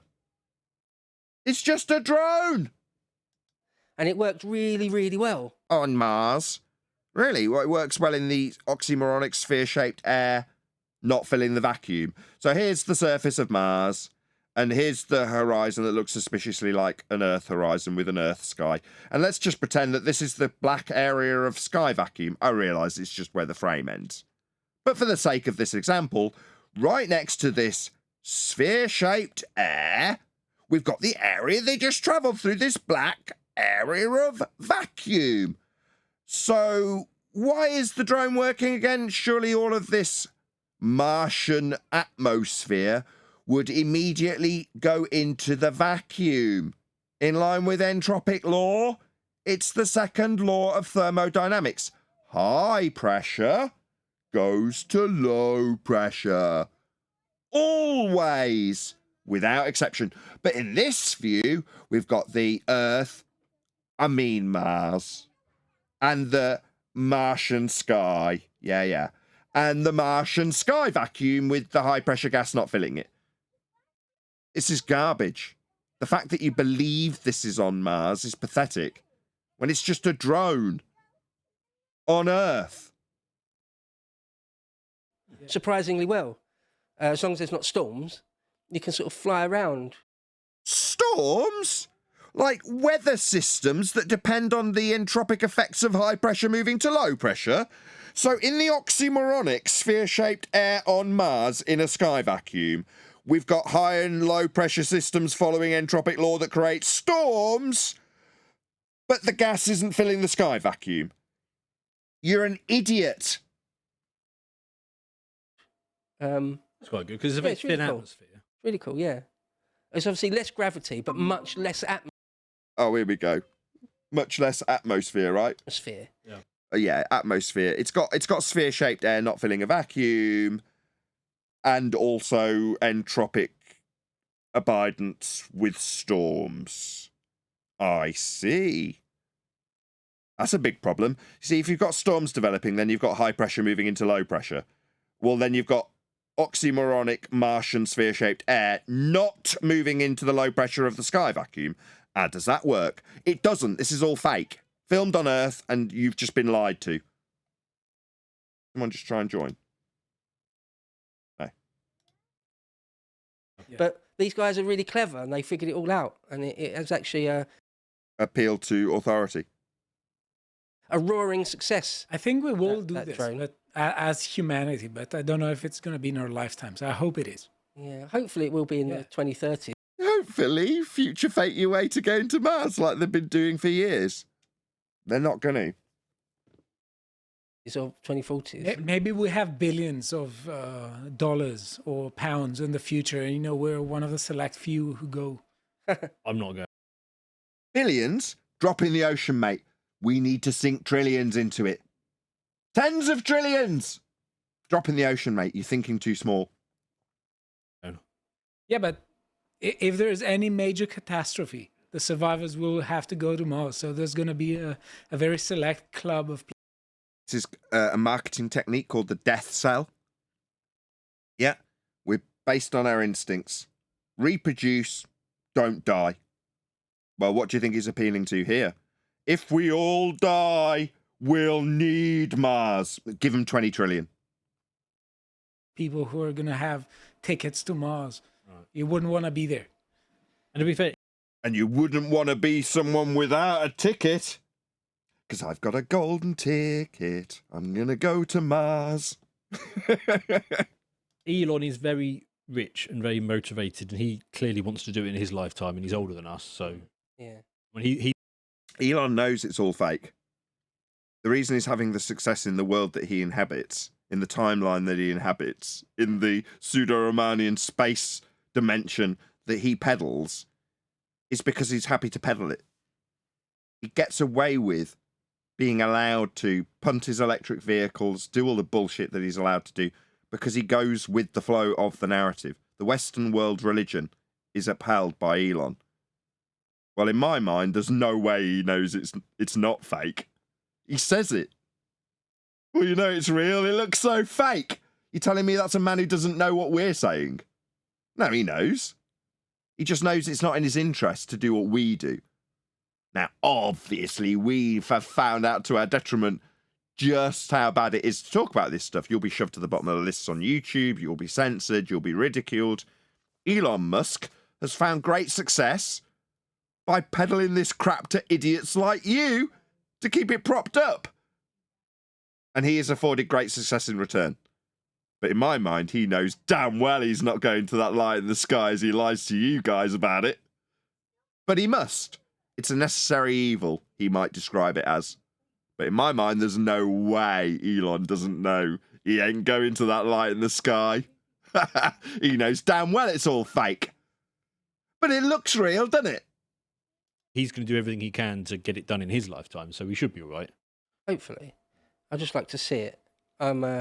Yeah, anyway. So the new... You'd just like to see it. Yeah, because unless you do, it's just belief, isn't it? That little hesitant... I'm going to listen to that again. That was a very telling moment. I'm not going to let that slide. Do everything he can to get it done in his lifetime, so we should be all right. Hopefully. I'd just like to see it. Anyway. You'd just like to see it. Yeah, I'd like to see a Narnia too, if I'm going to believe it's real. I mean, I'm going to want to go through that wardrobe. Yeah? I'm going to want to experience the time dilation and the Turkish delights in Narnia if I'm going to believe that it's real. I'm just going to need to see it. Like, you just need to see the sky vacuum that they're travelling through. You'd also be seeing all of the dispersion of the gas that we're breathing at the same time as the rockets went through it, though.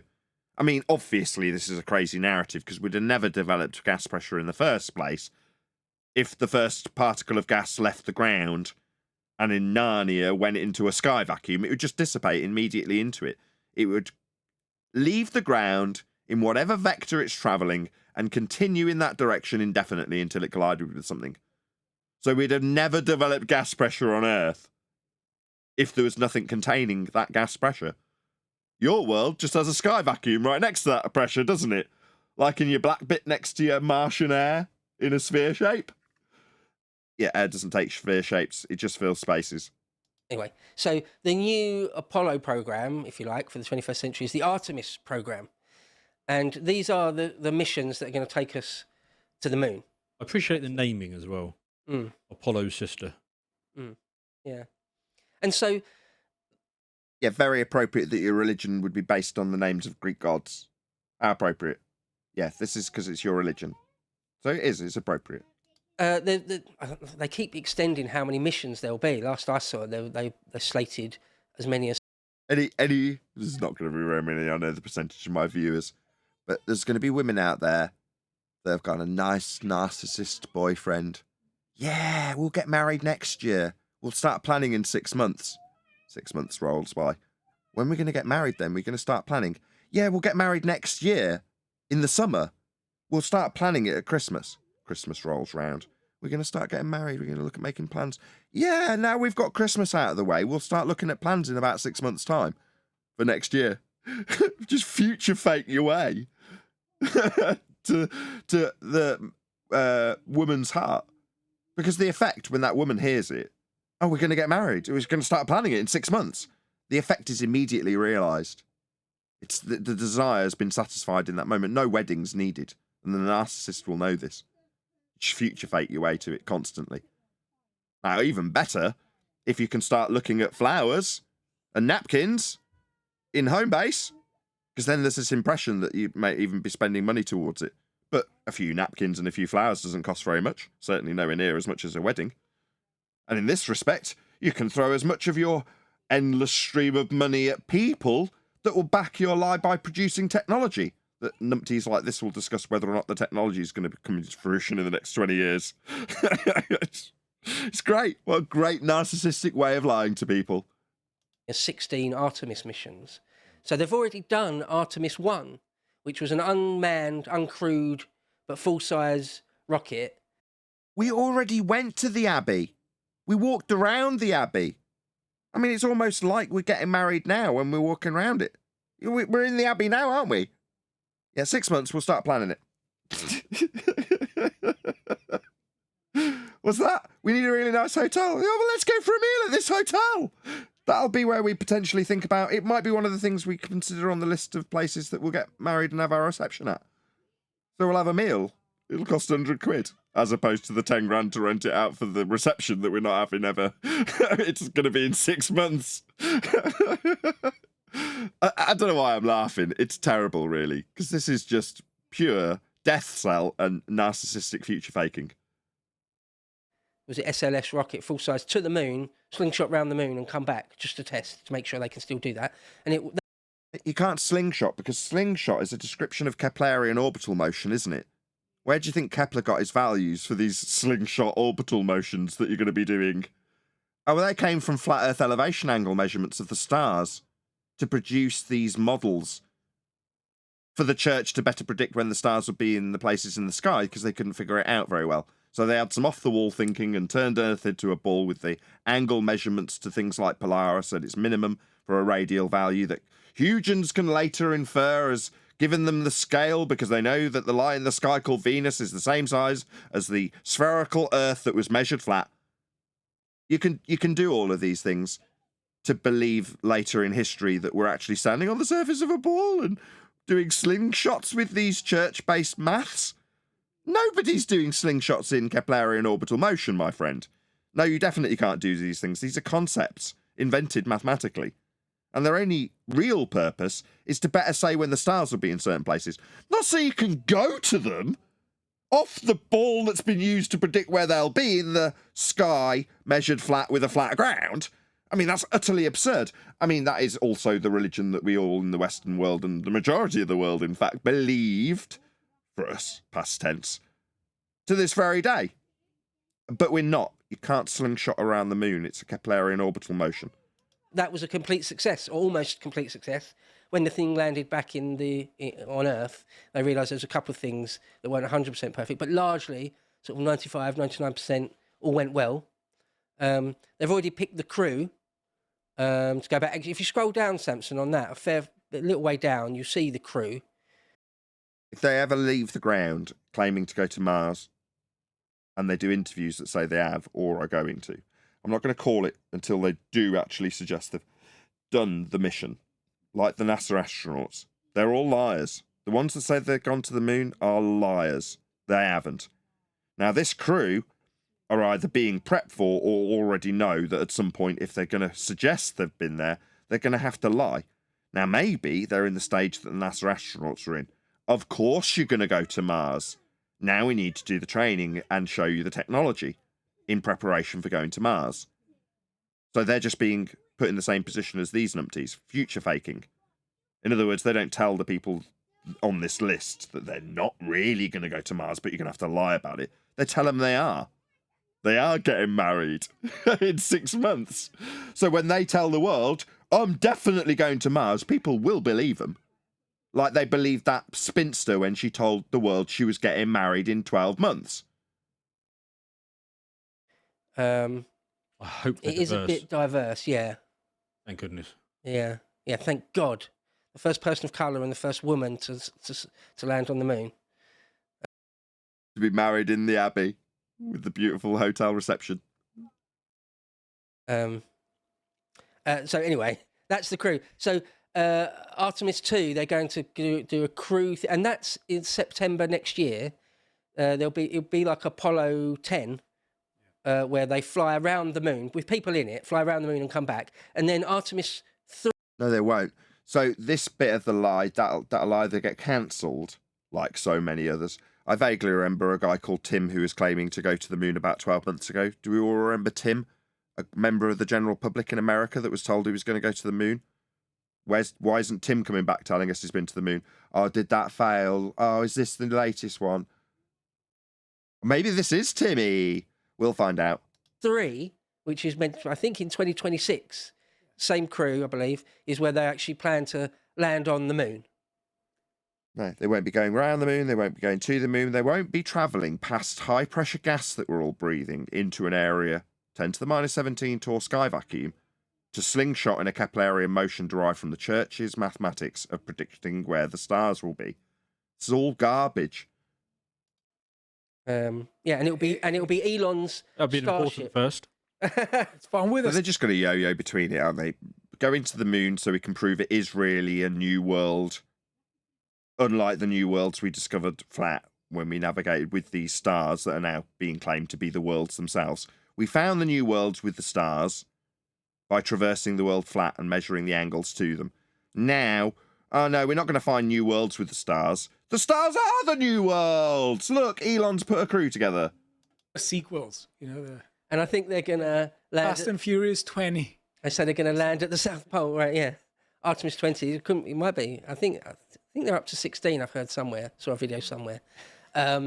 Because they want to build either permanent or semi-permanent human presence on the moon, probably at the South Pole where there's water ice in the craters. Of course they do. Yeah, they're going to populate Mars. And also, Aslan's putting a whole army together in Narnia and they're recruiting. So, be here or be sphere for the recruitment process over in Narnia. They need as much help as they can get. They've got a war going on. The Fawns have turned on all of them. The Lions are revolting. It's a mess in Narnia. They're going to need help. So, yeah, they're going to need money too. I'm going to set up the Narnia support fund. And the science is there or nearly there to make fuel. The wardrobe science is very close to complete as well. They're going to duplicate the original wardrobe in 2 separate locations so they can double the war effort in Narnia. And also, where all the naysayers said that the fur coats wouldn't survive the trip, we've got nanite coats now. The technology is so advanced, it's amazing. And many, many fruitful hours have been put in by many hard-working men to create the nanotechnology fur coats to traverse that wardrobe. And all sorts of metals and materials that are on. All sorts of furs and synthetics to go through the wardrobe. Yeah, you're talking about what the technology, for what? Going through the sky vacuum. So would the gas we're breathing. It's never going to change. All this is garbage. On the moon, you build things out of stuff that's on the moon. Yeah. Rather than You have to do it from local. But what, you'd have to mine it? Like, get resources from it, like we did on the New Worlds? The ones that we colonised in our recent history when we traversed the world flat into outer space and found new worlds and mined them for their resources. Of course, the moon's got all of that going on, and Mars! Those twinkling lights are where we can mine new resources. Of course. Manufacturing, because of the reason you outlined, it's too much to take. Too expensive. orbit. Yeah. Every pound of weight you take up into orbit costs. You can actually even make solar panels for energy from lunar regolith. I mean, it has a woeful. Where are they getting this garbage from? I mean, seriously. They're under the misapprehension that they can go to a light in the sky and mine it. The soil in the sky. Light to energy conversion rate. But because you can make it there, it's still superior. So you make it out of regolith. And with water ash, you can, break up the hydrogen and the oxygen, and there's all sorts of very clever things that can be done. Well, you break the water into hydrogen, which is rocket fuel, and oxygen, which you need to breathe. So yeah. Yeah, you'd also need it to be under containment, though, wouldn't you? Like the pressure that we're breathing here on Earth, that would dissipate into the sky vacuum if any of this narrative was true. And to fire the engines as well. Yeah. You need oxygen. Through the sky vacuum where all the other gas would be expanding into. It's all fake, the gentlemen. If you're unaware, perhaps let these gentlemen know. At Nathan Oakley 1980 sent me with a polite comment underneath their video that alludes to the fact that they're discussing an area of volume that isn't real, called the sky vacuum, otherwise known as outer space. So there is a link going by in the live stream chat right now if you are watching live. Please do actually go to their video right now as I'm doing this call to action and leave a quick comment that says, at Nathan Oakley 1980 sent me. Please don't swear or be insulting, as they will just immediately remove your comment, and rightly so. But just politely allude to the fact that we're helping them understand the garbage rhetoric in violation of the second law of thermodynamics that they are peddling on behalf of their overlords. Somebody wants to add something from G+. No. So yeah, please let them know. At Nathan Oakley 1980 sent me with a polite comment underneath their video. I'll do this call to action a couple more times and explain the reason why I do this. You'd presumably think, why are you promoting these people if they're essentially against what you peddle on a daily basis? Well, it's because we get no algorithmic love whatsoever from YouTube. This is considered favoured content, which is just another way of YouTube saying unfavoured content, that's us, is censored. But that doesn't sound very good, so other more favourable content is promoted above us. In other words, we get shoved to the bottom of the list and get no YouTube love. So, in the vain hope that if someone like Podcast of the Lotus Eaters were to respond, they'd do the same for me and put a link to my video in their response that says, nah, yeah, we can have thunderstorms on Mars with high pressure going to low pressure to create those systems of weather, but it doesn't apply to the sky vacuum where the gas isn't filling from the atmospheric sphere-shaped Martian air. That doesn't apply to the sky vacuum that they travel through and traverse the high-pressure gas that we're breathing and wave goodbye at the Kármán line. Because gas go down, go boom, boom, go splash, splash. Maybe employ gravity as a get-out. Like a non-force of pseudo-Riemannian bent space-time is going to somehow violate the laws of gas behaviour. Anyway, hopefully that call to action is long enough for people to actually have toddled along to the podcast of the Lotus Eaters and let them know that at Nathan Oakley 1980 sent me with a polite comment that won't immediately get removed, in the vain hope that they would do the same for me if they were to respond to this video. Or anybody else for that matter. Chance would be a fine thing. Have anybody from the Discord or my G Plus panel, for that matter, got anything to say on this podcast as we're coming towards the end of this live stream? And I haven't heard anything from anybody pretty much.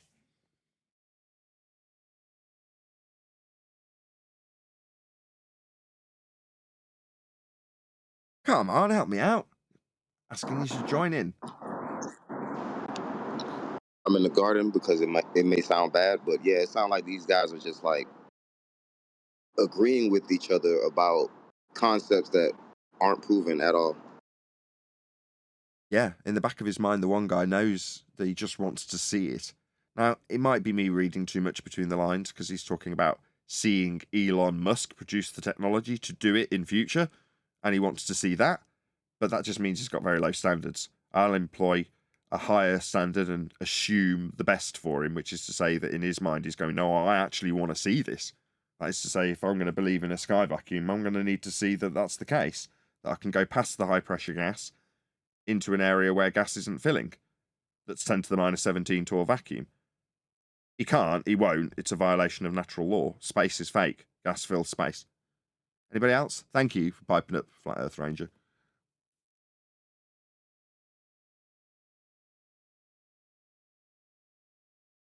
You there, Neil?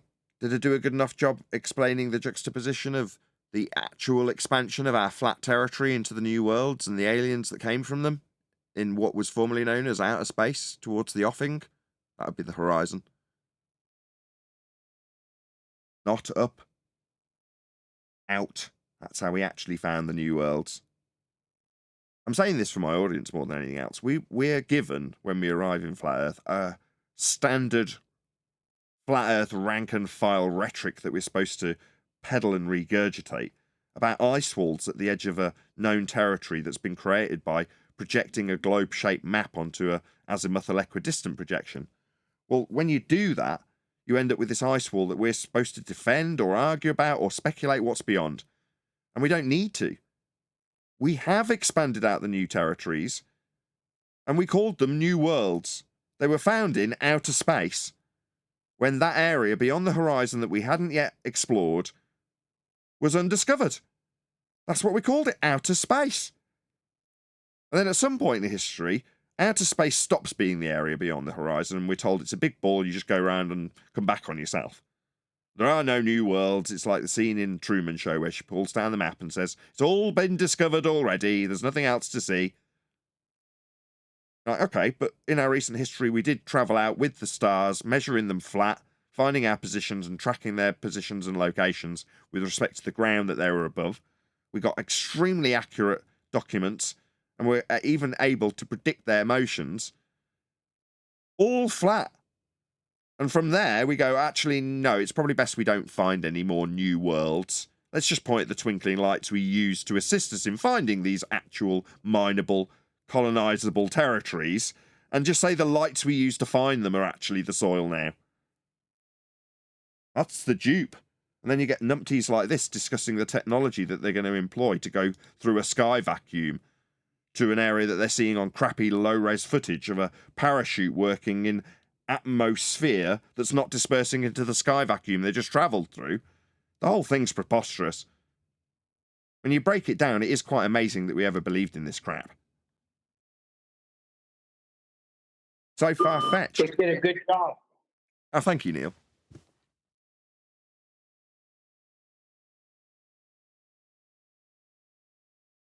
I'm very pleased to hear it. Hopefully a few of the audience will actually go to them and let them know. At Nathan Oakley 1980 sent me with a polite comment underneath their video. And hopefully they'll learn something, as much as I've called them numpties a few times. I don't think it's the case.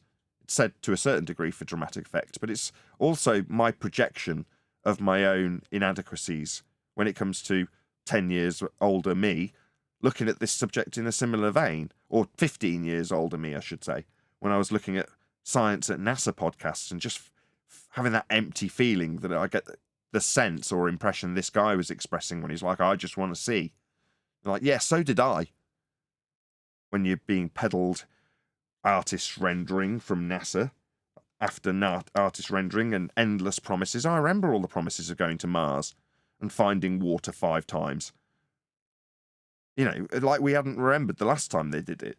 And then when that starts to get stale, you get this. Oh, we're going to send men there now. It's just going to take 40 years or so.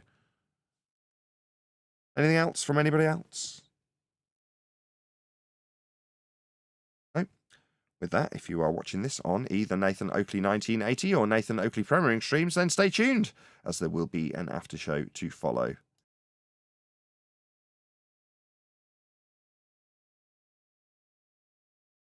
Well, I wonder if we'll get anybody else joining today. I think Brian and Adam are both doing their thing. Must not be mentioned. I had Brian on my case because I'd plugged Ballbusters, and I told people that it was an important show they needed to tune into, and he's like, "What did you say?" In a Skype message to me. I'm like, "I didn't say anything."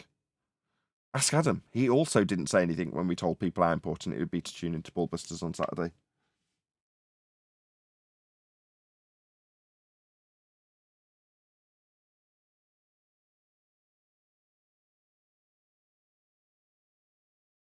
But it is important that everyone's there on Saturday.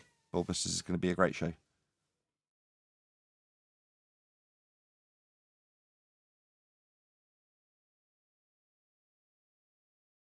Anything in particular? Can't tell you. I'm sworn to secrecy. All right. I'm being dead serious. Like, it's so much so that Brian contacted me to make sure I hadn't said anything. All right. I'll check it out. Yeah, very annoying. I was going to be doing the book today. Doesn't look like that's happening.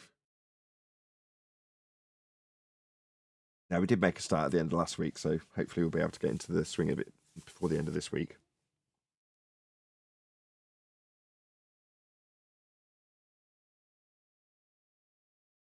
Did you like the thumbnail? Anybody see the thumbnail for today's show? I turned a laughing, crying emoji into like what looks a bit like Mars, and then stuck a model of a SpaceX rocket on it.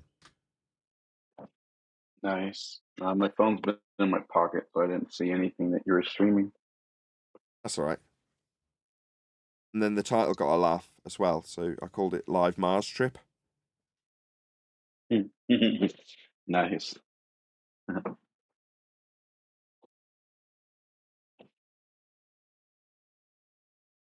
How'd the show go? I jumped in earlier, but then I jumped back out. How'd it go?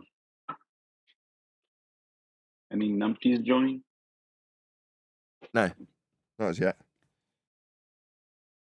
That's okay. I'm actually I might be keen to have a shorter show today. It's been a stressful day. If the conversation doesn't pick up, I'll round out shortly. Yeah, everyone's kind of like quiet. You're gonna play a video? I did in the live show. Oh, okay. Yeah, the Mars video. I'll check it out on the YouTube when you post it. Yeah, they're covering Elon's Musk activities, and we're covering them being duped by Elon's claimed Mars activities. Nice. Yeah. I must say I enjoyed the analogy about the marriage, about how they keep pushing the date back or they're waiting on it forever. I wonder if anyone's done a tally of, the things that have been done or the things that we have to wait for in the future. Yeah, that'd be interesting. Just tally off a list. They said they'd go to Mars, then they didn't. They said they'd go to the moon here, and they didn't. They said they'd have this trip, and they didn't. But again, it's interesting, but it just affirms what we were talking about on this show, right? Future faking. Most people have got a short memory, so they can't remember 5 years ago when they were saying in 2021 we'll be landing on Mars. People just forget.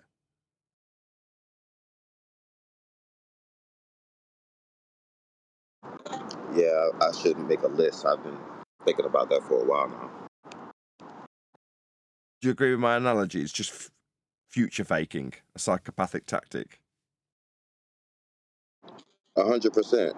It's all mental trickery.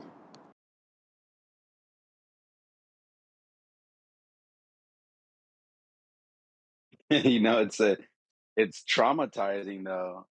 Thinking about like just practical like I remember my mom used to always say maybe. She never said no, but she'll say maybe, and it always like just kept you on the carrot, like chasing it, like that hope and that dream, like, oh, maybe we're gonna do it. She never did it, but that's why she always said, okay, we'll see, maybe. Yeah, she never did it. That's what NASA reminds me of. Yeah, I was saying this in the pre-show when I was doing something with my kids, trying to say to them, look, we are doing it. This is happening now. Enjoy it because it is happening. As opposed to, we might go to the park later if it's not raining. We might. Yeah, we might. Oh, we'll get excited now. It's like, well, I'm just taking advantage of your current excitement in the moment for something that might happen but won't. But it's achieved its end. You're excited now, right? You're happy now. Well, jobs are good. Don't need to take you to the park now. You've already had the happiness. Yeah, they get tired and tuckered out just being happy. The excitement alone wears them down. Well, exactly. This is the essence of future faking. These guys are being told, won't be long now before we go to Mars. Woohoo! So exciting. Let's talk about it. Let's make a show. For what? Oh, yeah. A couple of years ago, if you remember when I had the asylum and remember you came on and did some interview, back then we had all kinds of globers. Oh, you'll see in 2024 when we're landing on the moon and we're going to go back. And we even made bets like, oh, we know we're not going to go back. We're not going to be landing on the moon. We're not going to be there 2024. And then they're all womp womp. It got pushed back to 2025. And now another womp womp. Now it's 2026. Like, come on, man. When are they going to give up? They're waiting for their dad to come home with the milk. Like, give it up, bro. He's not coming back. He only popped out for cigarettes. He'll be home soon. I'm sure he's just got waylaid. You ran out of gas, probably. I don't know. We'll see. Probably ran out of gas. He's probably just held up at a hotel. He won't be long. How long's it been, Mom? 6 years. Any day now, guys. Any day now. Any minute. Yeah. All right, kids, tidy the house. Daddy might be coming home later. Tidy the house. Get excited. Daddy might be coming home. Have you heard something? Maybe. Yeah, there you go. He brought that right back into reality for me. Once again, traumatizing. I love it. Got a future faking mother on the someone with a future faking mother. Perfect timing. Yeah, man, she's infamous for that. Well, she was when we were little. I'm not suggesting your mother's a narcissist, but narcissists are quite common. So I think it's 1 in 5 in the Western world. People are narcissists or psychopaths, some people term it. Either or. Total lack of empathy. Yeah. And that's what it boils down to. At the point that you've told, you know the reaction you're going to get if you're a narcissist when you tell somebody something that they're going to like hearing. And you know that that's what they want. People want to be happy, but you can't empathize with the joy that they're getting from the actual thing that's going to occur that then doesn't. And the disappointment is irrelevant because they've got no empathy to appreciate that either. They just see a reaction. And then they often will just monitor what other people do in that circumstance so they can emulate it next time. Oh, the people around have got upset when there was no marriage. Oh, okay, I'll emulate that. So there's not going to be a marriage in a month. No, I'm really sad about it.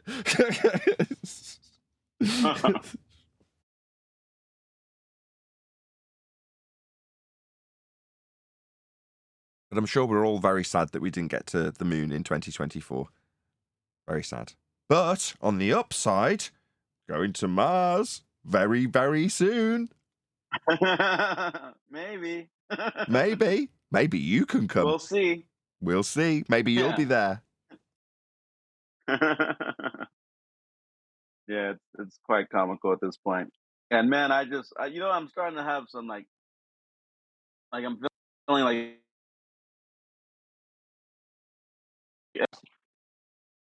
I got a call. Sorry about that. Yeah, you broke up. I thought something had happened. Yeah. It's as I was saying, I'm starting to feel a little empathetic for those guys, man, because they've been like waiting for it since before 2020. They've been waiting for that to happen. They're not going to get it. Yeah, I see the people peddling their dupe that they fell for. So they've been future faked into believing that they're going to be going to Mars or the moon or the whatever light in the sky that they've been told they're going to go to. They start coming to the comment section because NASA have just made some announcement. I'm not saying they have today, but you know what I mean. And they'll be like, you're all screwed in 12 months' time. Ha ha ha. I'm like, Right. what? So really what this is all about is you being able to tell me that you believe what they've just peddled to you, and telling me will make you feel better because I'm still out here talking about space being fake. No, but they're going to go to Narnia in 12 months. They got the nanotech coats all sorted. They got the Gucci spacesuit designer suits. It's crazy. These guys are crazy that they believe it still till this day. They tested those coats in the Arctic. Really durable.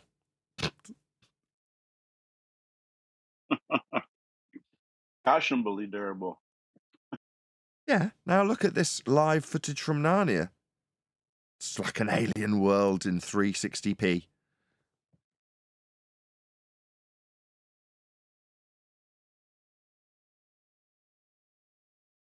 What do you mean it looks like Antarctica? No, it doesn't look anything like Antarctica. It's got a blue hint to it. Put a filter on it. What you trying to say? Mars's sky is orange. Our sky is blue. Obviously, it's not our sky in this footage. Mars sky, it's orange. Oh, you guys are so stupid. You stupid flat earthers.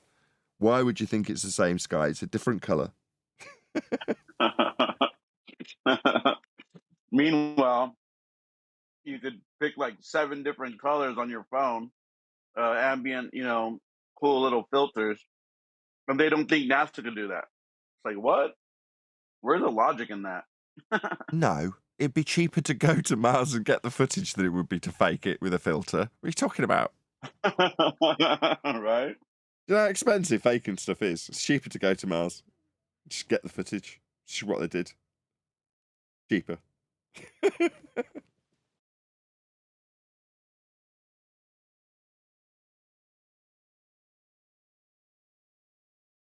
They could show him anything, couldn't they? Look, here's a drone. Mm-hmm. Here's a drone. Well, it must be on Mars then. It's a drone. Yeah, it's got to be because they said they spent a lot of money on it. So they wouldn't just leave it here on Earth and film it because it's a lot of money. No, you are right, actually. I just looked it up. It wasn't any normal drone. That drone cost 20 quadrillion bazillion dollars. Therefore, it's definitely working in Mars. Oh, yeah, for sure. Yeah, it's the size of a car. Or a washing machine, whichever you like.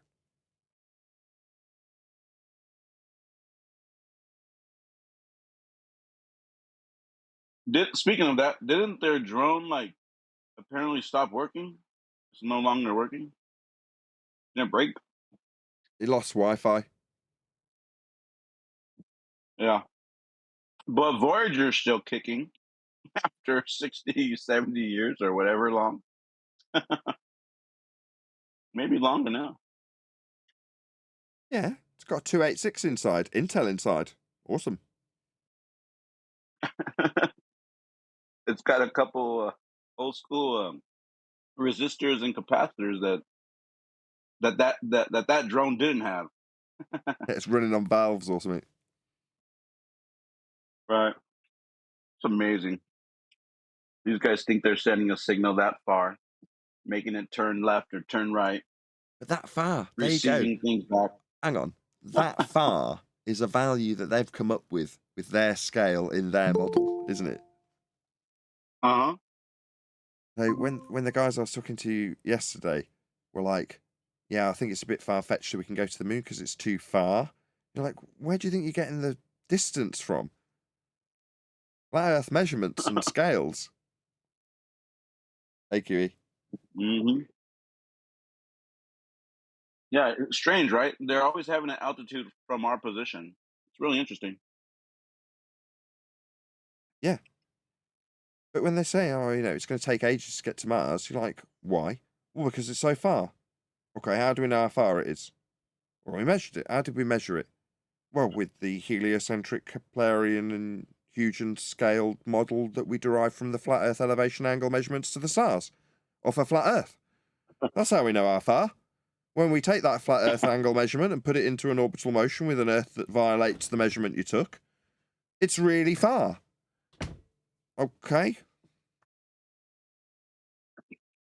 Checks out. It's a Glober. Yeah, it makes sense to me.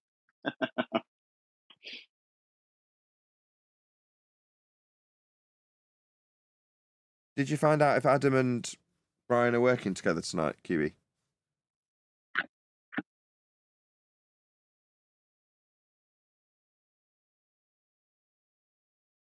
Clearly not.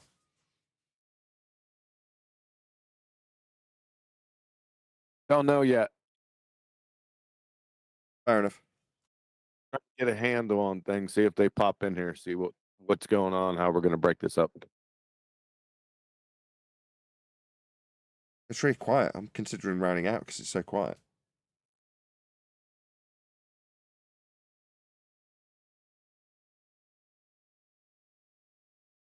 Yeah, everybody's on listening mode, just chilling. 9/11, I think a lot of people's minds are maybe on that. I don't know. What does that On have X, to do there's with a lot anything? of Why would 9/11 change people's habits for a day? I don't get it. I don't know. I think it's just there's at least in America, there's a huge, like, everything becomes 9/11. Like, everywhere you go, you're gonna see people like never forget, and on in the algorithm of your YouTube, it's gonna be pushing 9/11 videos, and on your phone, it's just like social media. Like, if you just flip through videos, like, it's just like they want. I don't know, just a psyop. I think, to be honest, the way they push it on us. But I know on Spaces, there's a lot of like 9/11 like marathon, and like all these people hosting all these 9/11. They have all those documentary guys from way back then that were like exposing it being an inside job, and you have all that going on right now too. So I don't know. I see. So on the anniversary, both the people who go along with the mainstream narrative and the people that claim they can debunk it all sort of pipe up all at the same time, and that's where everyone's focus is in this arena, right? Yeah. I see. Well, maybe we can all For indulge one in that. day, everybody gets along. No, it's fairly standard divide and rule, right? Yeah. Plus, if you've got like a room full of flat earthers, like you probably have here, I mean, we all know how Earth's measured flat now, and latitude lines and elevation angles, and there's not much more to talk about on that front. Yeah, and we will Unless continue you get a to do so. Glober in. Trying to...